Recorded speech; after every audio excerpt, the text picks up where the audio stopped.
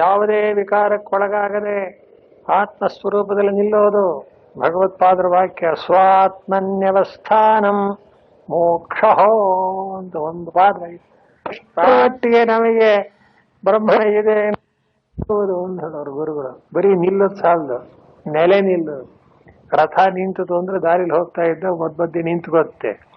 ನೆಲೆ ನಿಂತು ಅಂದ್ರೆ ಇನ್ ಮತ್ತೆ ಎಳೆಯೋದೇ ಇಲ್ಲ. ಅದನ್ನ ಎಲ್ಲಿ ನಿಲ್ಲಬೇಕೋ ಅಲ್ಲಿ ಸ್ಟಾಪ್ ಆಗ್ಬಿಡುತ್ತೆ. ಹಾಗೆ ರಥ ನಿಂತದಲ್ಲ, ರಥ ನೆಲೆ ನಿಂತು ಅನ್ನೋ ಹಾಗೆ ಈ ಒಂದು ಆನಂದ ಜ್ಞಾನ ನಿಷ್ಠೆಯಲ್ಲಿ ನೆಲೆ ನಿಂತು ಬಿಟ್ಟ ಅಂದ್ರೆ ಇದಕ್ಕೇನ್ ಹೆಸರು? ಬ್ರಾಹ್ಮೀ ಸ್ಥಿತಿ.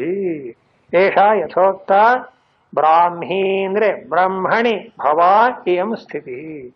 ಬ್ರಹ್ಮದಲ್ಲಿಯೇ ನಿಲ್ಲುವುದು.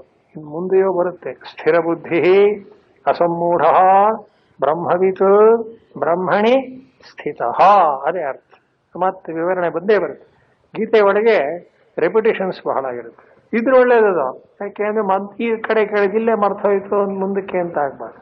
ಅದೆಲ್ಲ ಸೇರಿಸಿ ಏಕವಾಕ್ಯತೆ ಮಾಡೋದು ಜಾಣತನ. ಆದ್ದರಿಂದ ಈ ಬ್ರಾಹ್ಮಿ ಸ್ಥಿತಿ ಎಂಬುದು ಬ್ರಹ್ಮಣಿ ಭವ ಇಯಂ, ಬ್ರಹ್ಮದಲ್ಲಿಯೇ ನೆಲೆನಿಲ್ಲತಕ್ಕದ್ದು ಎಂಬತಕ್ಕಂಥ ಯಾವ ಬ್ರಾಹ್ಮಿ ಸ್ಥಿತಿಯೋ ಸರ್ವಂ ಕರ್ಮ ಸನ್ಯಸ್ಯ ಬ್ರಹ್ಮರೂಪೇಣೈವ ಅವಸ್ಥಾನಮಿತ್ಯೇತತ್. ಈ ಮಾತು ಬರೀತಾನೆ ಇರ್ತಾರೆ.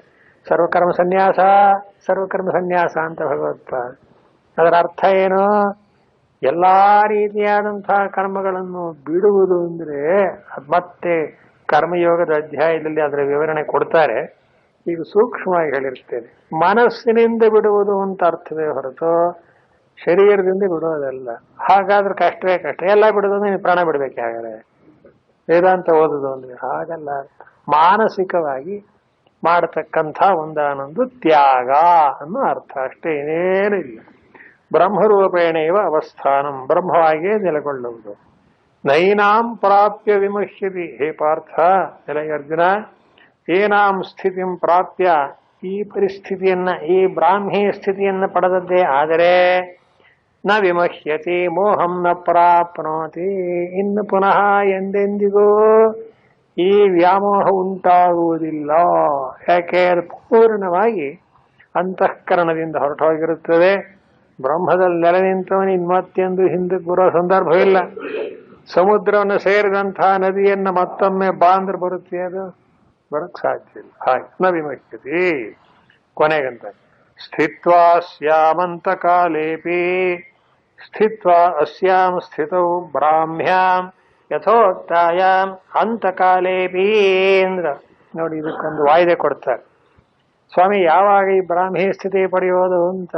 ಯಾವಾಗ ಬೇಕಾದ್ರೂ ಪಡೆಯಬಹುದು. ಯುವಕರಾಗಿದ್ದಾಗಲೋ ವಯಸ್ಕರಾಗಿದ್ದಾಗಲೋ, ಅಂಥ ಕಾಲ ಇಂಥ ಕಾಲ ಅಂತೇನು ಇಲ್ವೇ ಇಲ್ಲ. ಆದ್ದರಿಂದ ಒಂದು ವೇಳೆ ಹೀಗೆ ಹೇಳ್ತಾರೆ, ಬಾಲ್ಯದಲ್ಲಾಗಲಿ ಯೌವನದಲ್ಲಾಗಲಿ ಯಾವುದೇ ಸ್ಥಿತಿಯಲ್ಲಿ ಆಗದೇ ಇದ್ರೆ ಅಂತಕಾಲೇಪಿ.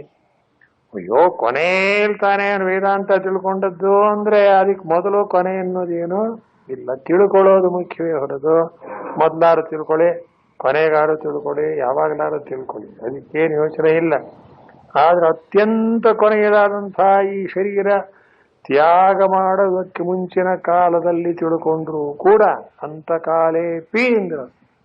ಇದನ್ನೇ ಏನಂತಾರ ಮುಂದೆ ಬರುತ್ತೆ. ಅಂತಕಾಲೇಪಿ ಮಾಮೇವ ಸ್ಮರನ್ ಮುಕ್ತ ಕಳೆಯವರಂ ಅಂತ ಮತ್ತು ಭಗವದ್ಗೀತೆಯಲ್ಲಿ ಆ ವಿಷಯ ಬಂದೇ ಬರುತ್ತೆ. ಯಾವ ಒಂದು ಆನಂದ ಸನ್ನಿವೇಶವಾದರೂ ಬರಬಾರದು. ಎಲ್ಲಕ್ಕಿಂತ ಮನುಷ್ಯನಿಗೆ ಒಂದು ಹುಟ್ಟು ಒಂದ ಮೇಲೆ ಸಾವಿದ್ದೇ ಇರುತ್ತಲ್ಲ, ಜಾತಸ್ಯ ಧ್ರುವ ಮೃತ್ಯು ಅಂತ. ಪ್ರತಿಯೊಬ್ಬರಿಗೂ ಅಂತಕಾಲ ಅನ್ನೋದು ಬರುತ್ತೆ ಅನ್ನೋದು ಮೊದಲೇ ನಿರ್ಧಾರ ಆಗೋಗ್ಬಿಟ್ಟಿರುತ್ತೆ ಅಲ್ವೇ? ಅದಕ್ಕೆ ನೋಡಿ ಇವಾಗ ಹೇಳ್ತಾರೆ ಅಲ್ಲಿವರೆಗೂ ಟೈಮ್ ಉಂಟು. ಆದ್ರಿಂದ ಏನಾಯ್ತು, ಎಲ್ಲಿವರೆಗೆ ನೀವು ಬದುಕಿರ್ತೀರೋ ಅಲ್ಲಿವರೆಗೂ ಟೈಮ್ ಕೊಟ್ಟಿದ್ದೀವಿ ನಾವು ನಿಮಗೆ. ಈಗಲೇ ಈ ಕ್ಷಣ ಈ ಸೆಷನ್ಸ್ ಆಯ್ತು, ಜ್ಞಾನಿ ಆದೆ ಅಂತ ಏನು ಅರ್ಜೆಂಟ್ ಏನಿಲ್ಲ ಅಂತ ಅದನ್ನೇನು ಯೋಚನೆ ಮಾಡ್ಬೇಕು. ಅಲ್ಲಿಯವರೆಗೂ ಸಾಧನ ಮಾಡಿ ಅತ್ಯಂತ ಕೊನೆಯ ಕಾಲದಲ್ಲಿ ತಿಳ್ಕೊಂಡ್ರು ಅಂತಕಾಲೇಪಿ ಸ್ಥಿತ್ವ ಅಸ್ಯಾಂ ಸ್ಥಿತೌ ಬ್ರಾಹ್ಮ್ಯಾಂ ಅಂತೆ ವಯಸ್ಸಪಿ ಬ್ರಹ್ಮ ನಿರ್ವಾಣ ಮೃಚ್ಛತಿ. ಆ ಕಟ್ಟ ಕಡೆಯಲ್ಲಿ ತಿಳ್ಕೊಂಡರೂ ಕೂಡ ಬ್ರಹ್ಮ ನಿರ್ವಾಣ. ನಿರ್ವಾಣ ಅಂದ್ರೆ ಮೋಕ್ಷ ಅಂತ ಅರ್ಥ. ಬ್ರಹ್ಮ ನಿರ್ವೃತಿ ಮೋಕ್ಷ. ಮೋಕ್ಷಂ ಇಚ್ಛತಿ ವೃಚ್ಛತಿ. ವೃಚ್ಛತಿ ಅಂದ್ರೆ ಪಡೆಯುತ್ತಾನೆ, ಗಚ್ಚತಿ ಅಂತ ಅರ್ಥ. ಅತ್ಯಂತ ಕೊನೆಯ ಕಾಲದಲ್ಲಿ ತಿಳ್ಕೊಂಡರೂ ಕೂಡ ಬ್ರಹ್ಮವನ್ನೇ ಪಡೆಯುತ್ತಾನೆ ಎಂಬ ವಿಷಯದಲ್ಲಿ ಏನೂ ಸಂದೇಹವಿಲ್ಲ. ಇಲ್ಲಿ ಒಂದು ವಿಷಯ, ಈ ರುಚ್ಛತಿ ಇಚ್ಛತಿ ಅಂತೆಲ್ಲ ಕ್ರಿಯಾಪದಗಳನ್ನು ಬರೀತಾರಲ್ಲ ಗುರುಗಳು ಹೇಳೋರು, ಯಾವ ಜಾಗದಲ್ಲಿ ಮೋಕ್ಷ ಪಡೀತಾನೆ ಎನ್ನುವ ಮಾತು ಬಂದಾಗ ಕ್ರಿಯಾಪದಗಳನ್ನೆಲ್ಲ ವರ್ತಮಾನ ಕಾಲದ ಪ್ರೆಸೆಂಟ್ ಟೆನ್ಸಲ್ಲಿ ಇಟ್ಟಿರ್ತಾರೆ ನೋಡಿ. ಅದು ಬಹಳ ದೊಡ್ಡ ವಿಚಾರ. ಯಾಕೆ ಅಂತ, ಪಡೆಯಲಿದ್ದಾನೆ ಅಂತಲೋ ಮುಂದೆ ಪಡೀತಾನೆ ಅಂತಲೋ ಬರೆಯಲ್ಲ.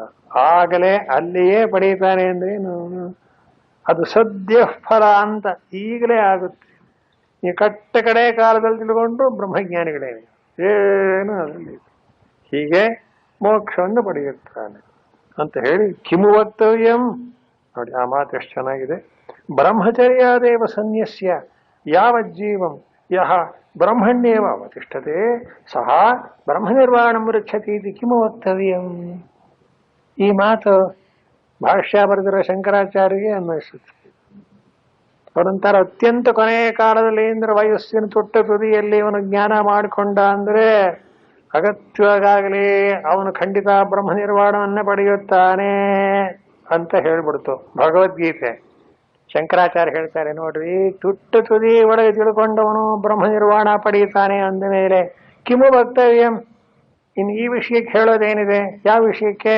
ಬ್ರಹ್ಮಚರ್ಯದಲ್ಲಿಯೇ ಸನ್ಯಾಸ ಮಾಡಿ ಯಾವ ಜೀವವು ಕೂಡ ಬ್ರಹ್ಮವನ್ನೇ ಚಿಂತನೆ ಮಾಡತಕ್ಕವನು ಪಡೆಯುತ್ತಾನೆ ಅಂತ ಹೇಳ್ತಕ್ಕದ್ದೇನಿದೆ. ನೋಡಿದರ ಎಂಥ ಮಾತು ನೋಡಿದರ.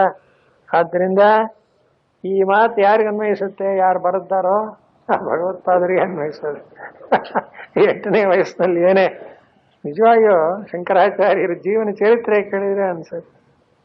ಆ ತಾಯಿ ಹೇಳ್ತಾಳೆ, ಒಬ್ಬನೇ ಮಗ ಅಲ್ವೇನಪ್ಪ ನೀನು, ಯಜಮಾನರು ಕೂಡ ಇಲ್ಲ, ನಾನೇನಾರು ಹೆಚ್ಚು ಕಮ್ಮಿ ಆದರೂ ನನಗೆ ಯಾರು ಸದ್ಗತಿ ಕಾಣಿಸೋರು ಯಾರು, ಸನ್ಯಾಸ ತಗೊಂಡು ಹೋಗ್ಬಿಡ್ತೀನಿ ಅಂತ ಅಂತೀಯಲ್ಲ, ಬೇಡ ಅಂತಾಳೆ ಆ ತಾಯಿ ಆರ್ಯಾಂಬೆ. ಏನ್ ಮಾಡ್ಬೇಕು ಪಾಪ, ಅವರು ಬಿಟ್ಟು ಹೋಗೋ ಹಾಗಿಲ್ಲ. ಅಲ್ಲೊಂದು ಶ್ಲೋಕ ಇದೆ, ಶಂಕರ ವಿಜಯ ಓದಿ, ಮಮನ ಮಾನಸಮಿಚ್ಛತಿ ಸಂಸ್ಕೃತಿಂ ಅಂತ ಶ್ಲೋಕ ಪ್ರಾರಂಭ ಆಗುತ್ತೆ. ಯಾರು ಇಲ್ಲ, ಅವ್ರು ಯಾರನ್ನು ಕನ್ಸಲ್ಟ್ ಮಾಡ್ಬೇಕು ಹೇಳಿ? ಮತ್ತೆ ಇಲ್ಲಿ ಸಂದರ್ಭ ಏನು? ಇರೋರಿಬ್ಬರೇ, ತಾಯಿ ಮಗ. ಇವನು ಹೊರಟ್ಬಿಟ್ಟಿದ್ದಾನೆ. ಸನ್ಯಾಸ ವೈರಾಗ್ಯ ಬಂದ್ಮೇಲೆ ನಿಲ್ಲಕ್ಕೆ ಸಾಧ್ಯ? ಇದು ಸಂಪೂರ್ಣವಾಗಿ ತನ್ನ ಕೆಲಸ ಮಾಡೇ ಬಿಡುತ್ತೆ. ಹೋಗ್ಬೇಕು, ಬಿಟ್ಟು ಹೋಗೋ ಹಾಗಿಲ್ಲ ತಾಯಿಯನ್ನು ಬಿಟ್ಟು ಹೋದ್ರೆ ತಪ್ಪು. ಸನ್ಯಾಸಿಗೆ ಏನು ದೋಷವಿಲ್ಲ ಅಂತಾರೆ, ಅದು ಹಾಗಲ್ಲ. ತಾಯಿಯನ್ನು ಮಾತ್ರ ಸನ್ಯಾಸಿಗೂ ನಮಸ್ಕಾರ ಮಾಡಬೇಕು, ಅಷ್ಟು ಶಾಸ್ತ್ರ ನೋಡಿ ನಿಯಮ.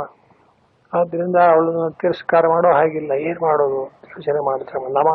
ಆ ಶ್ಲೋಕ ಇದೆ, ಮಮನ ಮಾನಸಮಿಚ್ಛತಿ ಸಂಸ್ಕೃತಿ. ನನ್ನ ಮನಸ್ಸು ಸಂಸಾರವನ್ನ ಇಷ್ಟಪಡ್ತಾ ಇಲ್ಲ, ಇವಳನ್ನು ಬಿಟ್ಟು ಹೋಗೋದು ಹೇಗೆ? ಆಮೇಲೆ ಹೇಳ್ತಾರೆ, ನೋಡು, ನಾ ಸನ್ಯಾಸ ತಗೊಂಡು ಹೋಗಿದ್ರು, ನೀನು ಪ್ರಾಣತ್ಯಾಗ ಮಾಡೋ ಕಾಲಕ್ಕೆ ನಾನು ಎಲ್ಲಿದ್ದರೂ ಬಂದು ಸಂಸ್ಕಾರ ಮಾಡ್ತೀನಿ. ಕಥೆ ಓದ್ಬಿಟ್ರೆ ನಿಜವಾಗಿಯೂ ಕೂಡ ಅವರ ಮಾತೃಭಕ್ತಿ ಯಾವ ಮಟ್ಟದಲ್ಲಿ ಇತ್ತು ಅನ್ನೋದು ಬಹಳ ಚೆನ್ನಾಗಿ. ಮೊನ್ನೆ ಯಾರೋ ಒಬ್ಬರು ಮಾತೃಪಂಚಕ ಅಂತ ಒಂದು ಬೊಬ್ಬಾಯಿನಿಂದ ಒಂದು 5 ಶ್ಲೋಕ ಕಳಿಸಿದ್ರು, ಬಹಳ ಚೆನ್ನಾಗಿತ್ತು. ಅಧ್ಯಾತ್ಮ ಪ್ರಕಾಶದಲ್ಲಿ ಅದನ್ನ ಹಾಕಿದ್ದೀನಿ. ಶಂಕರಾಚಾರ್ಯ ವಿರಚಿತ ಅಂತ ಬರೆದಿದ್ದಾರೆ, ಯಾರು ಬರೆದಿರಲಿ, ಬಟ್ ಅದರ ಥಾಟ್ಸ್ ಎಲ್ಲ ಅಷ್ಟು ಚೆನ್ನಾಗಿದೆ. ಅಂದ್ರೆ ಏನಾಯ್ತು, ವ್ಯವಹಾರದಲ್ಲೂ ಏನು ವೇದಾಂತ ನಿಮಗೆ ಅಡ್ಡಿ ಮಾಡೋದಿಲ್ಲ, ಅದು ಅಷ್ಟೇ ಅಚ್ಚುಕಟ್ಟಾಗಿ ಆಗುವಂತೆಯೇ ವ್ಯವಸ್ಥೆ ಆಗುತ್ತೆ, ಪರಮಾತ್ಮ ಮಾಡ್ತಾನೆ. ಆದ್ರೆ ನಮ್ಮ ನಂಬಿಕೆ ಅಷ್ಟು ಭದ್ರವಾಗಿರ್ಬೇಕು. ಎಷ್ಟೋ ಜನಕ್ಕೆ ಅದೊಂದು ಯೋಚನೆ, ನಾನು ಸನ್ಯಾಸ ತಗೊಂಡ್ಬಿಟ್ರೆ ಮನೆಯವ್ರ ಗತಿ ಏನು ಅಂತ, ಏನು ಕೊನೆಯವ್ರಿಗೆ ಇವನೇ ಗತಿಯೇ? ಅವ್ರವ್ರ ಗತಿ ಅವ್ರವ್ರಿಗೆ ತಾನೆ. ಆದರೂ ಈ ವಿಚಾರದಲ್ಲಿ ಮಾತ್ರ ಹೇಗೆ ತಿಳ್ಕೋಬೇಕು, ಅವರು ಆತ ಮಾತೃಭಕ್ತಿ ಎಂಥದ್ದು ಅಂತ. ಹಾಗೆ ಬ್ರಹ್ಮ ನಿರ್ವಾಣ ಮರಿಚ್ಛತಿ ಎನ್ನುವ ಮಾತನ್ನು ಹೇಳುವಾಗ ಅಂತಕಾಲೇಪಿ ಅಂತ ಗೀತೆಯಲ್ಲೇ ಭಗವಂತ ಹೇಳ್ಬಿಟ್ಟಿದ್ದಾನೆ, ಸ್ಥಿತ್ವಾಸ್ಯಾಮ್ ಅಂತಕಾಲೇಪಿ. ಆ ವಾಕ್ಯಕ್ಕೆ ಹೆಚ್ಚಿನ ಒಂದಾನೊಂದು ಸ್ವಾರಸ್ಯ ಕೊಡುವುದಕ್ಕೆ ಕಿಮು ವಕ್ತವ್ಯಂ ಅಂತ ಮಾತು ಬರೀತಾರೆ. ನೋಡ್ರಿ, ಭಗವಂತ ಹೇಳಿರೋದು ಕೊನೆಗಾಲದಲ್ಲಿ ಆ ಭಗವಂತನನ್ನ ನೆನೆದರು ಅವನನ್ನೇ ಸೇರಿ ಅಂತ ಬರೆದಿವೆ. ಇನ್ನು ಮುಂಚಿನಿಂದಲೇ ಮಾಡ್ತೀವಿ ಅಂತ ಹೇಳೋದೇನಿದೆ ಅಗತ್ಯವಾಗಿ. 35 ನಂಬರ್ ಬಂದವರೇ ಪಾಸು ಅಂದ ಮೇಲೆ ಸ್ವಾಮಿ 80 ಬಂದಿದೆ ಅಂತ ಕೇಳೋದಂತಂದ್ರೆ 99 ಬಂದ ರ್ಯಾಂಕ್. ನೋಡಿದ್ರ 35 ನಂಬರ್ನೇ ಪಾಸ್ ಆಗಿರೋವಾಗ 99 ಬಂದವನು ಪಾಸ್ ಆಗಲ್ವಾ? ಹಾಗೆ ಸಂಶಯ ಯಾಕೆ ಪಡ್ಬೇಕು? ಕಿಮು ವಕ್ತವ್ಯ ಹೇಳೋದೇನಿದೆ ಈ ವಿಷಯದಲ್ಲಿ ಅಂತ ಎಷ್ಟು ಚೆನ್ನಾಗಿ ಬರೀತಾರೆ ನೋಡಿ. ಅದರಿಂದ ಕಿಮು ವಕ್ತವ್ಯ ಶಂಕರ ಭಾಷ್ಯ ಓದಬೇಕು, ಖುಷಿಯಾಗ್ಬಿಡುತ್ತೆ ಮನಸ್ಸಿನ, ಆನಂದವಾಗಿ ಒಂದೊಂದು ಮಾತನ್ನು ಹೇಗೆ ಜೀವನಕ್ಕೆ ಅನ್ವಯಿಸಬೇಕು ಅಂತ ಸರಳವಾಗಿ ಅತ್ಯಂತ ಗಂಭೀರವಾಗಿ ಬರೀತಾರೆ. ಪ್ರಸನ್ನ ಗಂಭೀರ ಅಂತೀವಿ ನಾವೇ, ಭಾಷ್ಯಂ ಪ್ರಸನ್ನ ಗಂಭೀರಂ ಅಂತ. ಇಷ್ಟು ಒಳ್ಳೆ ಮಾತು ಆಯ್ತಾ. ಈ ಮಾತೊಂದು ಓದ್ಬಿಡೋಣ. ಕಿಮು ವಕ್ತವ್ಯಂ ಬ್ರಹ್ಮಚರ್ಯಾದೇವ ಸನ್ಯಸ್ಯ. ಅಂತ್ಯಕಾಲದಲ್ಲಿ ಆ ಒಂದಾನೊಂದು ಬ್ರಾಹ್ಮಿ ಸ್ಥಿತಿಯನ್ನು ಪಡೆದರೂ ಕೂಡ ಮುಕ್ತನಾಗ್ತಾನೆ ಅಂತ ಹೇಳಿದ ಮೇಲೆ ಇನ್ನು ಈ ವಿಷಯಕ್ಕೆ ಹೇಳೋದೇನಿದೆ? ಯಾವುದು? ಬ್ರಹ್ಮಚರ್ಯದಿಂದಲೇ ಸನ್ಯಾಸ ಮಾಡಿ ಯಾವಜ್ಜೀವಂ ದೇಹದಲ್ಲಿ ಉಸಿರಿರೋವರೆಗೂ ಕೂಡ ಯಹ ಬ್ರಹ್ಮಣ್ಯೇವಾವತಿಷ್ಠತೆ ಬ್ರಹ್ಮದಲ್ಲಿಯೇ ನೆಲೆ ನಿಂತಿರ್ತಾನೆಯೋ ಅಂತ ಮುಂದೆ ಬರುತ್ತೆ. ತದ್ಬುದ್ಧಯಸ್ತದಾತ್ಮಾನಃ ತನ್ನಿಷ್ಠಾಸ್ತತ್ಪರಾಯಣೋ ಅಂತ. ಅದೇ ಆ ಚಿಂತನೆ, ಅದೇ ಆಲೋಚನೆ, ಅದೇ ಒಂದಾನೊಂದು ಅನುಸಂಧಾನದಲ್ಲಿ ಇರೋವನಿಗೆ ಇನ್ನು ಹೇಳತಕ್ಕದ್ದೇನಿದೆ ಅಂತ. ಕಟ್ಟ ಕಡೆಯಲ್ಲಿ ಬಂದವನಿಗೆ ಹೀಗಾಗುತ್ತೆ ಅಂದ್ರೆ ಇನ್ನು ಕೊನೆಯಲ್ಲಿ ಬಂದವನದ್ದಿರಲಿ, ಮೊದಲಿಂದ ಮಾಡುವವನು ಹೇಳ್ತಕ್ಕದ್ದೇನಿದೆ? ಯಾವಜ್ಜೀವಂ ಯೋ ಬ್ರಹ್ಮಣ್ಯೇವಾವತಿಷ್ಠತೆ, ಯಾವನು ಬ್ರಹ್ಮದಲ್ಲಿಯೇ ನೆಲೆ ನಿಂತಿರ್ತಾನೆಯೋ ಸಹ ಬ್ರಹ್ಮ ನಿರ್ವಾಣ ಮೃಚ್ಛತಿ ಇತಿ ಕಿಮೋತ್ತಯಂ, ಅವನು ಬ್ರಹ್ಮವನ್ನು ಪಡೀತಾನೆ ಅಂತ ಇನ್ನು ಹೇಳೋದೇನಿದೆ ಬಾಕಿ? ಅತ್ಯಗತ್ಯವಾಗಿ ಪಡೀತಾನೆ ಅಂತ. ಅಂದ್ರೆ ಈ ವೇದಾಂತ ಜ್ಞಾನದ ಫಲವನ್ನ ದೃಢಪಡಿಸ್ತಾ ಇದ್ದಾರೆ. ಎಷ್ಟೋ ಸಲ ಏನಾಗುತ್ತೆ, ಕರ್ಮ ಮಾಡಿರ್ತೀವಿ, ಫಲ ಬರುತ್ತೋ ಬರಲ್ವೋ ಅಂತ ಸಂಶಯಗಳು ಬೇರೆ ಇರುತ್ತೆ ನನಗೆ. ವೇದಾಂತಲ್ಲಿ ಇಂಥದ್ದಿಲ್ವೇ ಇಲ್ಲ, ನಿಸ್ಸಂಶಯವಾಗಿ ಪ್ರತಿಯೊಬ್ಬನು ಅವನು ಯಾರೇ ಆಗಿರದೆ ಈ ತತ್ವ ತಿಳ್ಕೊಂಡ ಅಂದ್ರೆ ಅವನು ಮುಕ್ತನಾಗಿಯೇ ತೀರುತ್ತಾನೆ. ಅಷ್ಟೇ ಅಲ್ಲ, ಆಗಲಿದ್ದಾನೆ ಅಂತ ಕೂಡ ಭವಿಷ್ಯತ್ ಕಾಲದ ಫ್ಯೂಚರ್ ಟೆನ್ಸಿನ ಕ್ರಿಯಾಪದ ಇಲ್ಲವೇ ಇಲ್ಲ ವೇದಾಂತಲ್ಲಿ. ಈಗಲೇ ಆಗ್ತಾನೆ, ರುಚ್ಛತಿ ಪಡೆಯುತ್ತಾನೆ, ಈಗಲೇ ಪಡೆಯುತ್ತಾನೆ. ಆದ್ರಿಂದ ಟರ್ಮ್ಸ್ ಕ್ಯಾಶ್ ಇದ್ದ ಹಾಗೆ ಏನಿಲ್ಲ, ಯಾವುದೇ ಇದೆಲ್ಲ ಉದ್ರಿ ಸಾಲದ ವ್ಯಾಪಾರ ಇಲ್ವೇ ಇಲ್ಲ ವೇದಾಂತಲ್ಲಿ. ಏನಿದ್ರು ನಗದು ವ್ಯಾಪಾರ. ಈಗ ತಿಳ್ಕೊತಾನೆ ಕರ್ತರ್ ತಿನ್ನಾಗ್ತಾನೆ ಅಂದ್ರೆ ಈಗ ತಿಳ್ಕೋಬೇಕು, ಕರ್ತರ್ ತಿನ್ನಾಗ ಮುಗಿದೋಯ್ತು, ಮತ್ತಿನ್ನೇನು ಪ್ರಶ್ನೆಯೇ ಇಲ್ಲ. ಹೀಗಾಗಿ ಸ್ಥಿತ್ವಾಸ್ಯಾಮಂತ ಕಾಲೇಪಿ ಬ್ರಹ್ಮ ನಿರ್ವಾಣ ಮರಿಚ್ಛತಿ. ಇಲ್ಲಿ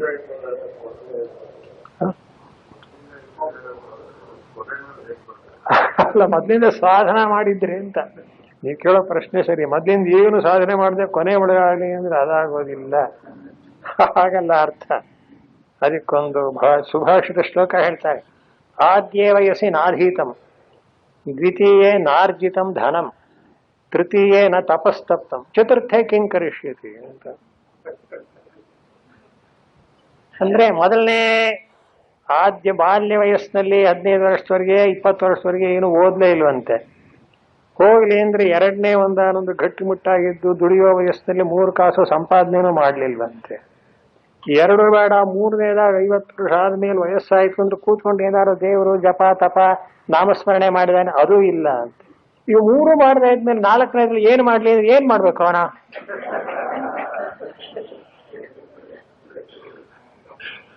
ಏನ್ ಮಾಡೋದು? ಅದಕ್ಕೆ ಅವ್ರಂದ್ರು ಜ್ಞಾನಿಗಳು, ಅಯ್ಯೋ ನಾವೇನ್ ಮಾಡೋಣ, ಈಗ ನಿನಗೆ 4 ರೀತಿಯಾದಂತಹ ಅವಕಾಶ ಕೊಟ್ಟಿದ್ರು 3 ಮಾಡ್ರೆ ಕಿಂಕರಿಷ್ಠಿ ಸುಭಾಷಿತ ಈ ಮಾತು ಹಾಗಾಗತ್ತೆ. ಅದೊಂದು ತಲೆ ಕೆಳಗೆ ಮಾಡಿ. ರಾಜ್ಯದಲ್ಲಿ ಓದಿಯೂ ಇದ್ದಾನೆ, 2ನೇ ವಯಸ್ಸಲ್ಲಿ ಸಂಪಾದನೆ ಮಾಡಿದ್ದಾನೆ, 3ನೇ ವಯಸ್ಸಲ್ಲಿ ತ್ಯಾಗಾನ ಮಾಡಿದ್ದಾನೆ ಅಂದ್ರೆ ಅವನು ಖಂಡಿತ ಹೋಗ್ತಾನೆ. ಯಶಾ ಬ್ರಾಹ್ಮೀಸ ಅದಕ್ಕೇನು ಹೊಸದಾಗಿ ಹೇಳಬೇಕು? ಅದಕ್ಕೆ ಅಂದ್ರು ವರ್ತಮಾನ ಕಾಲ ಕ್ರಿಯಾಪದ ಯಾಕೆ ಹಾಕಿದ್ದಾರೆ? ಪ್ರತಿಯೊಬ್ಬನು ನಿಸ್ಸಂಶಯವಾಗಿ ಪಡೆಯುತ್ತಾನೆ ಅಂತ. ಯಾವುದನ್ನ? ಬ್ರಾಹ್ಮಿ ಸ್ಥಿತಿಯನ್ನ. ಯಾವಾಗ? ಬ್ರಹ್ಮ ನಿರ್ವಾಣ ಮರಿಚ್ಛತಿ. ಇಷ್ಟು ಸೊಗಸಾಗಿ ತತ್ವಾರ್ಥವನ್ನು ಹೇಳೋದು ಕೈ ಮುಗಿಬೇಕು. ಅಂಬತ್ವಾಮನುಸಂಧಾನಿ ಭಗವದ್ಗೀತೆ. ಏನು ಓದ್ತಾ ಇದ್ರು ಪರವಾಗಿಲ್ಲ ಪ್ರಪಂಚದಲ್ಲಿ, ಗೀತೆ ಮಾತ್ರ ಅದಕ್ಕೂ ಶಂಕರ ಭಾಷ್ಯದ ಒಂದಾನೊಂದು ಅವಲಂಬನೆ ಇದ್ಬಿಟ್ರೆ ಅನುಭವಕ್ಕೆ ಬರುವಂತಹ ರೀತಿಯಲ್ಲಿ ಅದ್ಭುತವಾದಂಥ ಆಗಲಿ. 10 ನಿಮಿಷ ಇದಕ್ಕೆ ಸ್ವಲ್ಪ ಇವತ್ತು ಲೇಟಾಗಿ ಶುರು ಮಾಡಿದ್ವಿ. 8 ಕಾಲಿಗೆ ಬಿಟ್ಟು 9 ಕಾಲಿಗೆ ಬಿಟ್ಬಿಡ್ತೇನೆ. ಒಂಚೂರು ಮುಂದೆ ಶುರು ಮಾಡ್ತೀನಿ. ಈಗ ಹೇಳ್ತಾರೆ ಎರಡನೇ ಅಧ್ಯಾಯ ಮುಕ್ತಾಯವಾಯಿತು. ಈಗ 3ನೇ ಅಧ್ಯಾಯದ ಮೊದಲನೇ ಶ್ಲೋಕ ಸುಮ್ಮನೆ ಓದ್ತೀನಿ.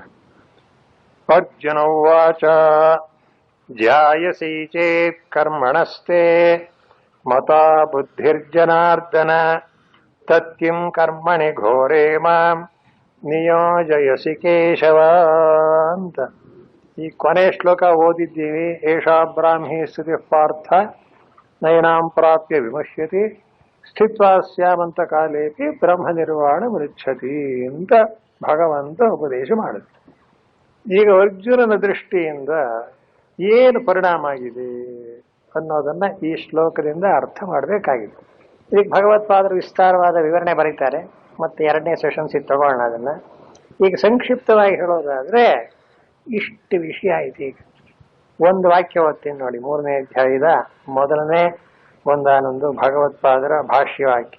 ಶಾಸ್ತ್ರಸ್ಯ ಪ್ರವೃತ್ತಿ ನಿವೃತ್ತಿ ವಿಷಯಭೂತೆ ದ್ವೇ ಬುದ್ಧಿ ಭಗವತಾ ನಿರ್ದಿಷ್ಟೇ ಸಾಂಖ್ಯೇ ಬುದ್ಧಿ ಯೋಗೇ ಬುದ್ಧಿ ಇತಿ ಚ.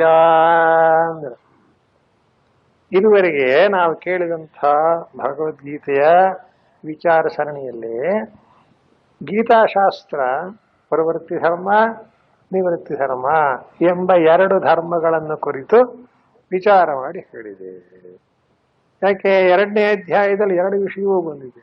ತಸ್ಮಾತ್ ಯುದ್ಧಸ್ಸು ಭಾರತ ಅಂತ ಹೇಳಿ ನಿನ್ನ ಕರ್ಮ ನೀ ಮಾಡು, ಸುಖ ದುಃಖೇ ಸಮಯಕೃತ್ವ ಹೀಗೆಲ್ಲ ಹೇಳಿ ಕರ್ಮವನ್ನು ಹೇಳಿದ್ದಾರೆ. ಕೊನೆಯಲ್ಲೇನು ಹೇಳಿದ್ರು?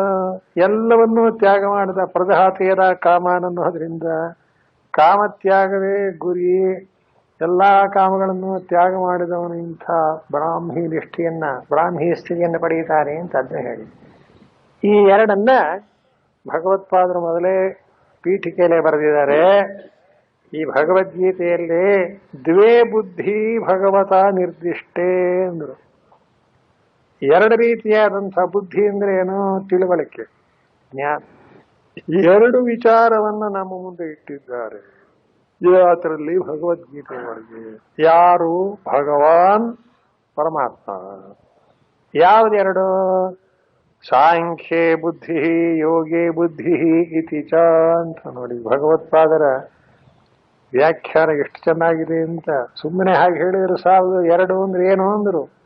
ಒಂದಕ್ಕೆ ಸಾಂಖ್ಯ ಬುದ್ಧಿ ಅಂತ ಹೆಸರು, ಇನ್ನೊಂದಕ್ಕೆ ಯೋಗ ಬುದ್ಧಿ ಅಂತ ಹೆಸರು.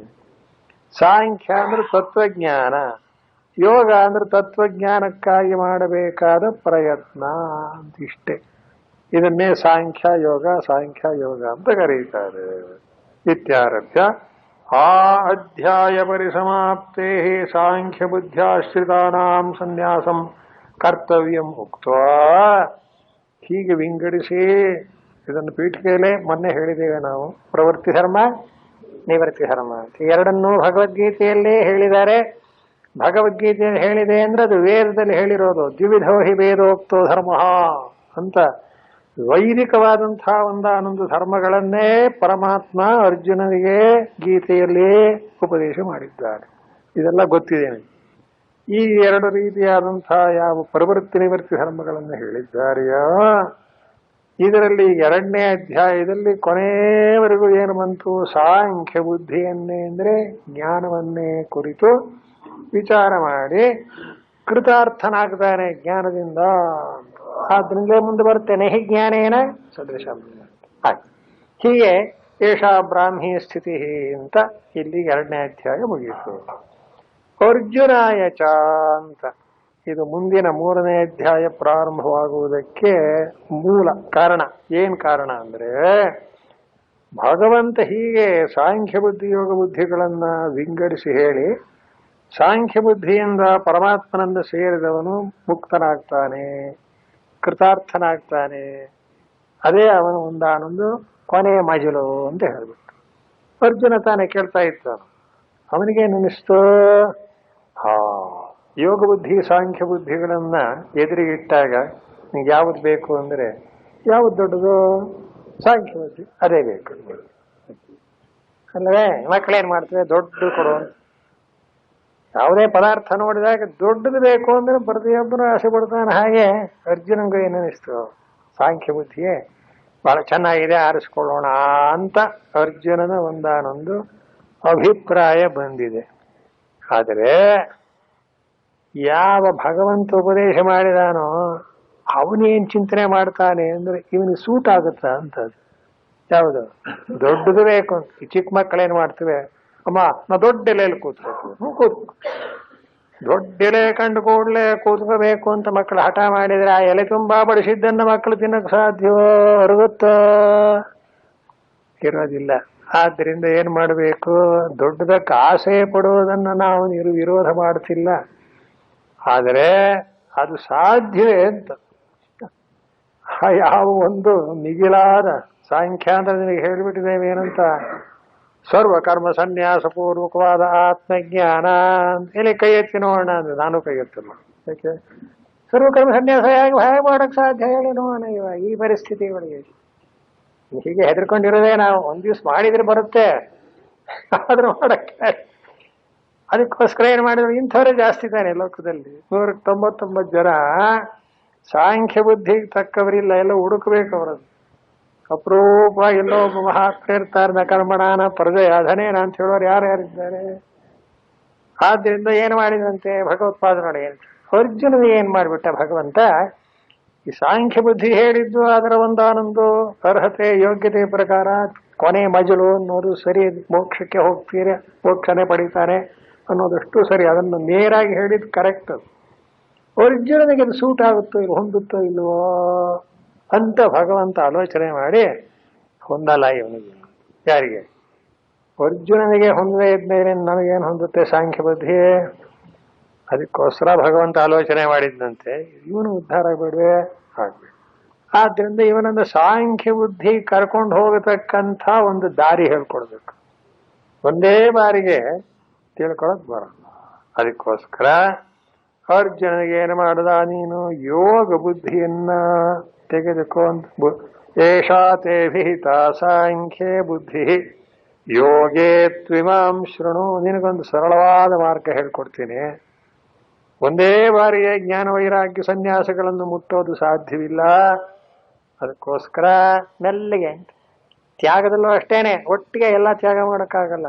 ಇಷ್ಟಿಷ್ಟೇ ತ್ಯಾಗ ಮಾಡಕ್. ಮೊನ್ನೆ ಹೇಳಿದ್ನಲ್ಲ, ಕಾಶಿಗೆ ಹೋದ್ ಕೂಡಲೇ ಏನ್ ಬಿಡ್ತೀರಿ ಅಂತ ಕೇಳ್ತಾರೆ ಅಂತ. ಯಾತಕ್ಕೆ ಅಂದ್ರೆ ತ್ಯಾಗ ಮಾಡೋದು ಕಲ್ತ್ಕೊಳ್ಳಿ ಅಂತ ಅಲ್ವೇ.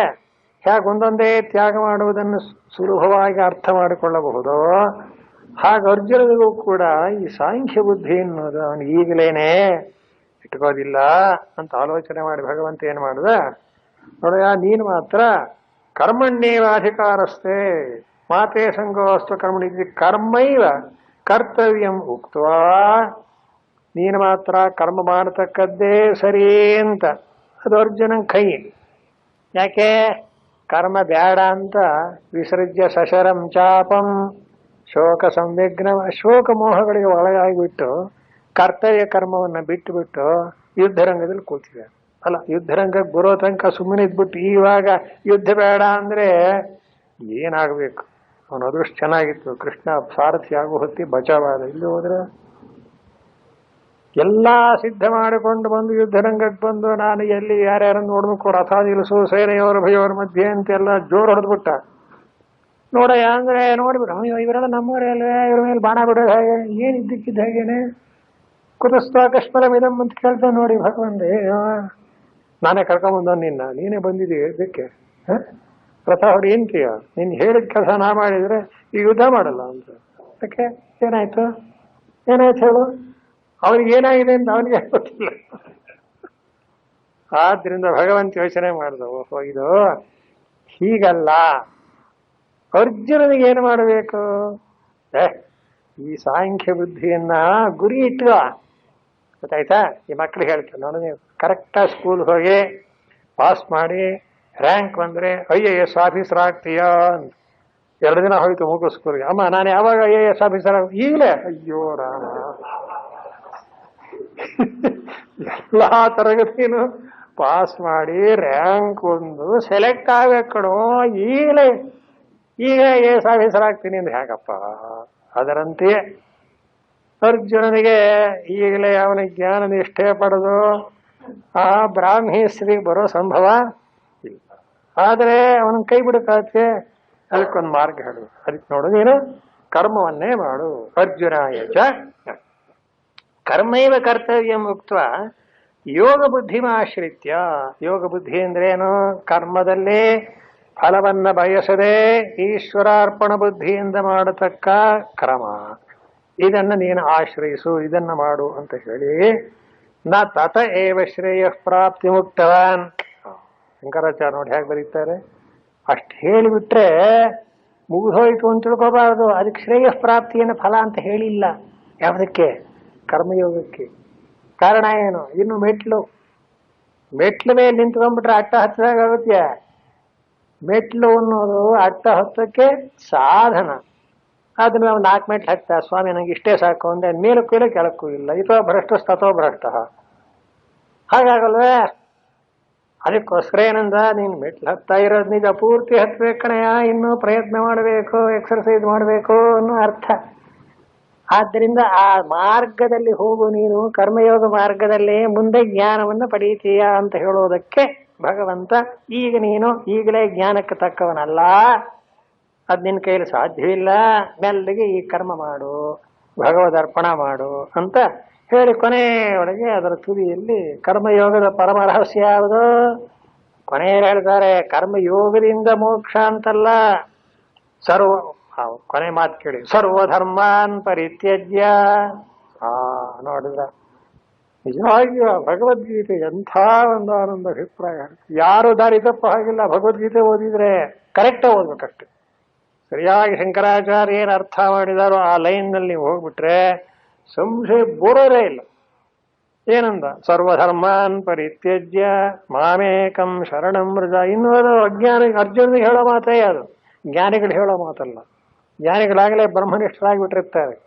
ಇನ್ನು ಅರ್ಜುನಿಗೆ ಸಾಧ್ಯ ಇಲ್ಲ. ಅದಕ್ಕೇನಂದ, ನೀನು ಪಾಪ ಪುಣ್ಯ ಏನು ಯೋಚನೆ ಮಾಡಬೇಡ, ನನ್ನ ಪಾದಕ್ಕೆ ಬೀಳೋ, ನಾ ಹೇಳ್ತೀನಿ, ನಿನ್ನನ್ನು ಪಾಪ ಪುಣ್ಯಗಳಿಂದ ಬಿಡಿಸ್ತೀನಿ, ನನ್ನ ಜವಾಬ್ದಾರಿಯಿಂದ. ಯಾರು ಹೊತ್ಕೋತಾರೆ ಜವಾಬ್ದಾರಿನ? ಸಾಲ ಮಾಡ್ಬಿಡೋದು, ಸ್ವಾಮಿ ದಯವಿಟ್ಟು ನೀವು ಹೊತ್ಕೊಳ್ಳಿ. ನಿಮ್ಮ ಸಾಲ ನಾವ್ಯಾಕೆ ಹೊತ್ಕೊಳ್ಳಿ? ಯಾವನಾರು ಲೋಕದಲ್ಲಿ ಹೋಗ್ತಾನೆ. ಭಗವಂತ ಸಿದ್ಧನಾಗಿದ್ದಾನೆ ನೋಡಿ, ಮಾಮೇಕಂ ಶರಣಂ ವ್ರಜ. ಅಲ್ಲ ಅರ್ಥ ಏನು ಗೊತ್ತೇ? ಶರಣಾಗತನಾಗೋದು ಒಂದೇ ಬಾಕಿದಷ್ಟು ಅವನ ಜವಾಬ್ದಾರಿ. ಮಗು ಹೇಗೆ ತಾಯಿ ತೊಡೆ ಮೇಲೋ ಅಥವಾ ಸೊಂಟದ ಮೇಲೋ ಕೂತಿದ್ರೆ ಎತ್ತೆತ್ಲಾಗೋ ಕುಣಿದಾಡುತ್ತೆ. ಏನ್ ತಾಯಿ ತನ್ನನ್ನು ಕೆಡವಲ್ಲ ಅಂತ ಗಟ್ಟಿಯಾಗಿ ಗೊತ್ತದಕ್ಕೆ. ಯಾವ ತಾಯಿಯೋ ಕೆಡವಲ್ಲ ಅಲ್ವೇ? ಹಾಗೆ ಮಾಮೇಕಂ ಶರಣಂ ವ್ರಜ ಅಂತ ಕೊನೆಗೆ ಹೇಳುತ್ತೆ.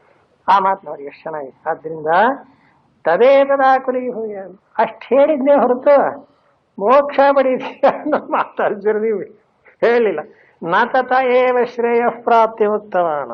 ನೀನು ನನಗೆ ಶರಣಾಗತನಾಗಿಬಿಡು ಅಂತ ಹೇಳಿದ್ದೆ ಹೊರತು ಅಷ್ಟರಿಂದಲೇ ಶ್ರೇಯ ಪ್ರಾಪ್ತಿ ಆಗುತ್ತೆ ಎನ್ನುವ ಮಾತನ್ನ ಹೇಳಲಿಲ್ಲ. ನೋಡಿ ಶಂಕರಾಚಾರ್ಯ ಹೇಗೆ ಸಂಬಂಧ ಮಾಡ್ತಾರೆ 2ನೇ ಅಧ್ಯಾಯಕ್ಕೂ ಮೊದಲು. ಈಗೇನಾಗ್ಬಿಡ್ತು ಅರ್ಜುನಿಗೆ? ಎಲ್ಲ ಈ ಭಗವಂತ ನನ್ನನ್ನು ಮಾತ್ರ ಕರ್ಮ ಮಾಡು ಅಂದ್ಬಿಟ್ಟ, ಬಾಕಿಯವರಿಗೆಲ್ಲ ಕರ್ಮ ಬೇಕಿಲ್ಲ, ಜ್ಞಾನದಿಂದಲೇ ಮೋಕ್ಷ ಅಂತ ಹೇಳಿಬಿಟ್ಟ. ಇದ್ಯಾಕೆ ಸ್ವಾಮಿ ನ್ಯಾಯವೇ ಅಂತ ಅಂದ್ರೇನು? ಜ್ಞಾನ ಕರ್ಮಗಳನ್ನ ವಿಚಾರ ಮಾಡಿದಾಗ ಮೇಲ್ನೋಟಕ್ಕೆ ಏನ್ ಕಾಣುತ್ತೆ? ಜ್ಞಾನ ಸುಲಭ, ಆಮೇಲೆ ಕರ್ಮ ಕಷ್ಟ ಅಂತ ಅನೇಕ ಹೇಗೆ ತಿಳ್ಕೊಂಡಿದ್ದಾರೆ.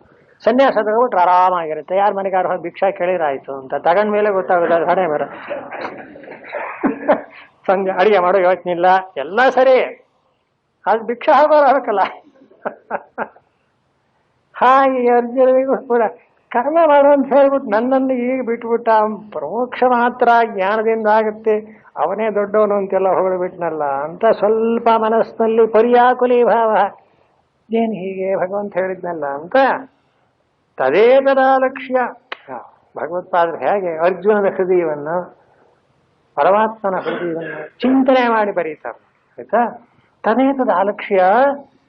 ಅದನ್ನ ನೋಡಿ, ಪರ್ಯಾಕುಲೀಭೂತ ಬುದ್ಧಿ ಅರ್ಜುನ ವಾಚ. ಸ್ವಲ್ಪ ಮನಸ್ಸಿಗೆ ಬೇಜಾರಾಗ್ಬಿಡ್ತು, ಹೀಗೋ ಹಾಗೋ, ಏನ್ ಹಾಗಾದ್ರೆ ನನಗೇನು ಕರ್ಮವೋ ಅಥವಾ ಜ್ಞಾನವೋ ಏನು ಗೊತ್ತಾಗ್ಲಿಲ್ವಲ್ಲ ಅಂದ್ಬಿಟ್ಟು ಏನ್ ಮಾಡ್ತಾನೆ?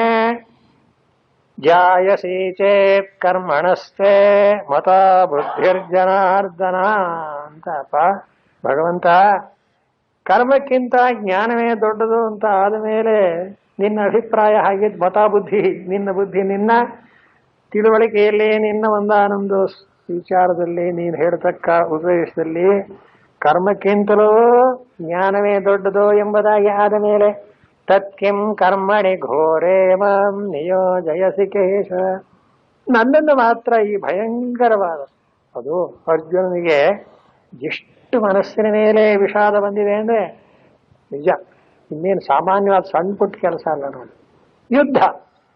ಯುದ್ಧದಲ್ಲಿ ಇರೋದು ಒಂದೇ ಒಂದಾರಿ, ಏನೋ ಇಲ್ಲ ಸಾಯಬೇಕು, ಇಲ್ಲ ಗೆಲ್ಲಬೇಕು ಇಷ್ಟೇ. ಅದು ಯಾರ್ಯಾರನ್ನ ಭೀಷ್ಮಾದಿ ಮಹಾತ್ಮರಾದಂತಹ ಅವರ ಮೇಲೆಲ್ಲ ಯುದ್ಧ ಮಾಡಬೇಕು.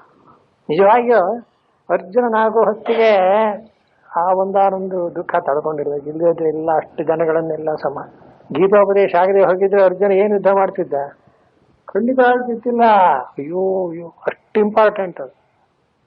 ಆದ್ರಿಂದ ಏನಂದ, ಯೋಜನೆ ಮಾಡಲೇಬೇಡ ನೀನು, ನಿನ್ನ ಯುದ್ಧವನ್ನು ಏನು ಮಾಡೋದು, ಸ್ಮಾದ್ಯುದ್ಧ ಭಾರತ ಅಂತ ಹೇಳಿ ಕರ್ಮ ಮಾಡುವಂತ ಭದ್ರವಾಗಿ ಹೇಳಿಬಿಟ್ಟ. ಜ್ಞಾನ ಚೆನ್ನಾಗಿ ಹೊಗಳಿಬಿಟ್ಟ. ತಲೆ ಕೆಟ್ಟು ಹೋಯ್ತು ಅರ್ಜುನ. ಜ್ಞಾನ ಹೊಗಳ್ಬಿಡೋದು, ನಮ್ಮನ್ನು ಕರ್ಮ ಮಾಡೋದು. ಏನು ಸ್ವಾಮಿ ಇದು, ಎಂಥ ಅನ್ಯಾಯ ಇದು. ಪರ್ಯಾಕುಲೇ ಹೋತಃ ಅಂತ ಹೇಳ್ತಿರೋನು ಭಗವಂತ. ಪೂರ್ಣವಾಗಿ 100ಕ್ಕೆ 100 ಅರ್ಜುನ ಕೃಷ್ಣಾರ್ಜುನರಂದ್ರು ಒಬ್ಬರನ್ನೊಬ್ಬರು ಬಿಟ್ಟವರಲ್ಲ, ಎರಡು ಆತ್ಮವು ಒಂದೇನೆ. ಅಂಥ ಭಗವಂತ ಯುದ್ಧರಂಗದಲ್ಲಿ ಹೀಗೆ ಯುದ್ಧ ಮಾಡುವಂತ ನನಗೆ ಹೇಳಿ ಬ್ರಾಹ್ಮಿ ಸ್ಥಿತಿಯನ್ನು ಹೊಗಳಿಬಿಟ್ರೆ ಏನ್ ಗತಿ ಆಗಬೇಕು ಅಂತ. ಒಳಗಾಯ್ತು ಸೊಗಸಾದ ಸ್ಕೂಲು, ಇಲ್ಲಿ ಓದೋರೆಲ್ಲ ರ್ಯಾಂಕ್ ತಗೋತಾರೆ, ಇದು ಇಂಥ ಸ್ಕೂಲು, ಈ ಸ್ಕೂಲ್ಗೆ ಹೋಗೋದು ಅಲ್ಲಿ ಬೇಡ ಅಂದ್ಬಿಟ್ರಲ್ರಿ ಅಂತ ಅನ್ಸಲ್ವ ನನಗೆ. ಹಾಯ್ ಪರ್ಯಾಕರಿ ಹೋತಃ ಅದ್ರಲ್ಲಿ ನೋಡಿ ಭಗವತ್ಪಾದ ಬರೆಯೋದು, ಭಗವಂತನ ಮೇಲೆ ಪರಮಾತ್ಮನಿಗೇನು ಯಾವ ರೀತಿಯಲ್ಲ, ಅರ್ಜುನನಿಗೆ ಯಾವುದೇ ರೀತಿಯಾದ ಬೇಸರ ಇಲ್ಲ.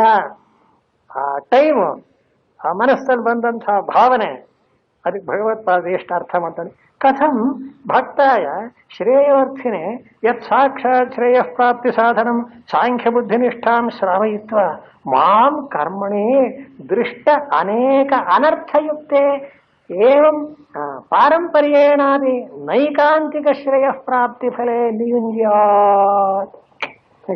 ವಾಕ್ಯ ಏನ್ ಚೆನ್ನಾಗಿದೆ, ಅದರ ಅರ್ಥ ಕೇಳಿ. ಅರ್ಜುನನ ಮನಸ್ಸಿನಲ್ಲಿ ಹೀಗೆ ಚಿಂತೆ ಬಂತು ಅಂತ ಶಂಕರಾಚಾರ್ಯ ಬರೀತಾ ಇದ್ದಾರೆ.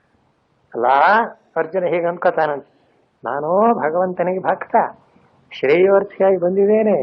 ಕೃಷ್ಣಾರ್ಜುನರು ಅಂದ್ರೆ ಅವ್ರ ಒಂದಾನೊಂದು ಸ್ನೇಹ ಎಷ್ಟು ದೊಡ್ಡದು ಅಂದ್ರೆ, ಕೃಷ್ಣನ್ ಬಿಟ್ಟು ಅರ್ಜುನ ಇಲ್ಲ, ಅರ್ಜುನನ್ ಬಿಟ್ಟು ಕೃಷ್ಣ ಇಲ್ಲ. ಮುಂದೆ ಬರುತ್ತೆ ಪಾಂಡವಾನ ಧನಂಜಯ.